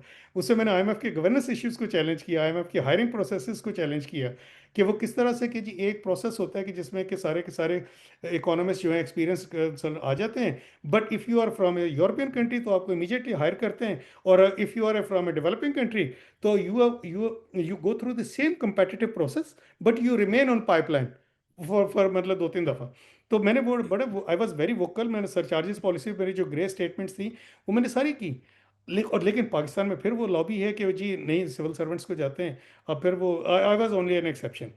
तो इसलिए जब वो था, तो they were literally they didn't want me to leave, but I I decided कि नहीं, आई डोंट वांट एक्सटेंशन। मैं कहा जी। तो वो मेरे सही ख्याल इसको साहब, मेनस्ट्रीम करने का ये तरीका है कि जिस तरह से आप ये कर रहे हैं। मतलब आई रियली एडमायर योर जो कन्वर्सेशन थी, जो मैंने शुरू में कहा, कि इसलिए कि आप उन इश्यूज को हेड ऑन लेते हैं। आप you don't beat around the bush. आपकी जितनी मेरे को मतलब पॉडकास्ट होते हैं उनको मैं सुनता, मेरा ख्याल है कि इनको इंस्टीट्यूशनलाइज करने की ज़रूरत है। और मैं अपने ऑपेड आर्टिकल्स के लिए लिख रहा हूँ, इसलिए जो हमारे इकोनॉमिस्ट हैं they need to come forward, और जो कन्वेंशनल विजडम उसको चैलेंज कर रहे हैं। देखें वहाँ तो जोसेफ स्टिग्लिट्स भी चैलेंज कर रहे हैं, ईस्टरली भी कर रहे हैं, ठीक है, केनेथ रेगॉफ भी कर रहे हैं, लेकिन डेवलपिंग कंट्री से चैलेंज करे बहुत कम है। एक डेम्बिसा मोयर ने बुक लिखी थी dead eight, that was I think वो थी। फिर उसके बाद अभी मैंने शायद लिखी है बीच में जो confessions of an economic hitman थी, उसके बारे में तो उनके जो क्रिटिक थे उन्होंने कहा कि नहीं, this is an autobiographical fiction, और ये एक वो है कॉन्स्पिरेसी थ्योरी है। और he was a consultant working for US but for. अब मैं उसकी इज्जत करने लगा हूं। पहले मैं भी यही सोचता था, अब जी मैं सोच रहा हूँ he is got some truth, because quite frankly ये जो हम आके करते हैं, एज आई सेड, कि ये कोई अनरिटन सी चीज है, ये कोई लिखी हुई बात नहीं। मैं जब आता हूँ आईएमएफ की मिशन पे, आप भी गए हुए हैं, हम सब करते हैं, तो यार we have to behave as the executive board requires it. I don't have to, I'm not talking on behalf of the country. और दूसरी चीज, 2 हफ्ते में मैं आके सीख क्या लूंगा? 2 हफ्ते में मैं आता हूँ एक कॉम्प्लेक्स मुल्क लाइक पाकिस्तान, और वो मैं रहता हूँ सरीना में, और बात करता हूँ सेंट्रल बैंक के गवर्नर से या फाइनेंस मिनिस्टर से, मुझे मुल्क का क्या पता चलेगा? 2-4 चीजें पढ़ लूंगा। There is so much happening in this country जो कि आपको पता ही नहीं चल सकती। It's so diverse. मैं अपने आप को एडमिट करता हूँ कि ऑल्दो मैं यहाँ का हूँ, मुझे नहीं पता है पाकिस्तान बुनेर शनेर बहुत डिफरेंट जगह है, ये अपना कोयटा बहुत डिफरेंट जगह है, मैं थोड़ा बहुत जाके सीखा है। But we need to crowd source our knowledge. ये नहीं कि नॉलेज सारी मेरे पास है, we need to crowd source our knowledge, and that's what the economics profession is. It's supposed to be a profession to crowdsource knowledge, जो हमने मार दिए, इन लोगों ने मार दिए। सही सब, बहुत शुक्रिया, बहुत देर हो गई। I didn't expect it to last so long. इसको हम स्प्लिट करके 2-3 में लगाएंगे, बिकॉज बहुत ज़रूरी मैसेजेस है, बहुत अच्छी बात है, बहुत अच्छा आपने काम किया है। अब नेक्स्ट वीडियो मैं आपके साथ करूंगा। मैं हर किसी को कहता हूँ ये कंटिन्यूइंग कॉन्वर्सेशन है, एक ये नहीं कि ख़त्म हो गई। नेक्स्ट वीडियो आपके साथ करना है जो रिफॉर्म हमें करने चाहिए। तो आप बताइएगा जब भी तैयार होंगे। हमने बात करनी है डिटेल में रिफॉर्म। फॉर एग्जांपल हमने बात करनी है स्टेट बैंक पे क्या रिफॉर्म होना चाहिए, जो आपकी बड़ी महारत है। सेंट्रल बैंकिंग में क्या होना चाहिए, सॉरी बैंकिंग सेक्टर में क्या होना चाहिए। फॉर एग्जांपल हमारा बैंकिंग सेक्टर इतना मफलूज किया, प्रॉफिटेबल है बट मफलूज है। वो कोई नई डेवलपमेंट नहीं करता, पुरानी बातें करता है। वहाँ भी सिटी बैंकर्स आके बैठ जाते हैं, तनख्वाहें बड़ी बड़ी लेते हैं, पर बैंकिंग सिस्टम वही का वही है। हमारी स्टॉक मार्केट मरी हुई है, हमारी स्टॉक मार्केट भी उठती नहीं है। माइक्रो क्रेडिट थोड़ा बहुत है, पर micro credit I have no faith in it. और नॉन बैंक ऑल्टरनेटिव्स बहुत कम है, और होने चाहिए। मेरा तो ख्याल है बिल्कुल होने चाहिए। आप भी फंड में रहें, आप देखें क्रेडिट यूनियन जो है is a non bank alternative, it's not a bank. तो यहाँ क्यों नहीं ये चीज़ें हो सकती? Then we'll talk about the civil service, lots to talk about. तो इंशाल्लाह this is a first conversation. Your book is excellent. I really admire you for that. I really think it's a book that I wish I'd written myself. Wonderful job, but the conversation will continue. Thank you very much, Said so Saab. Much, thank you for having me Nadeem साहब, thank you.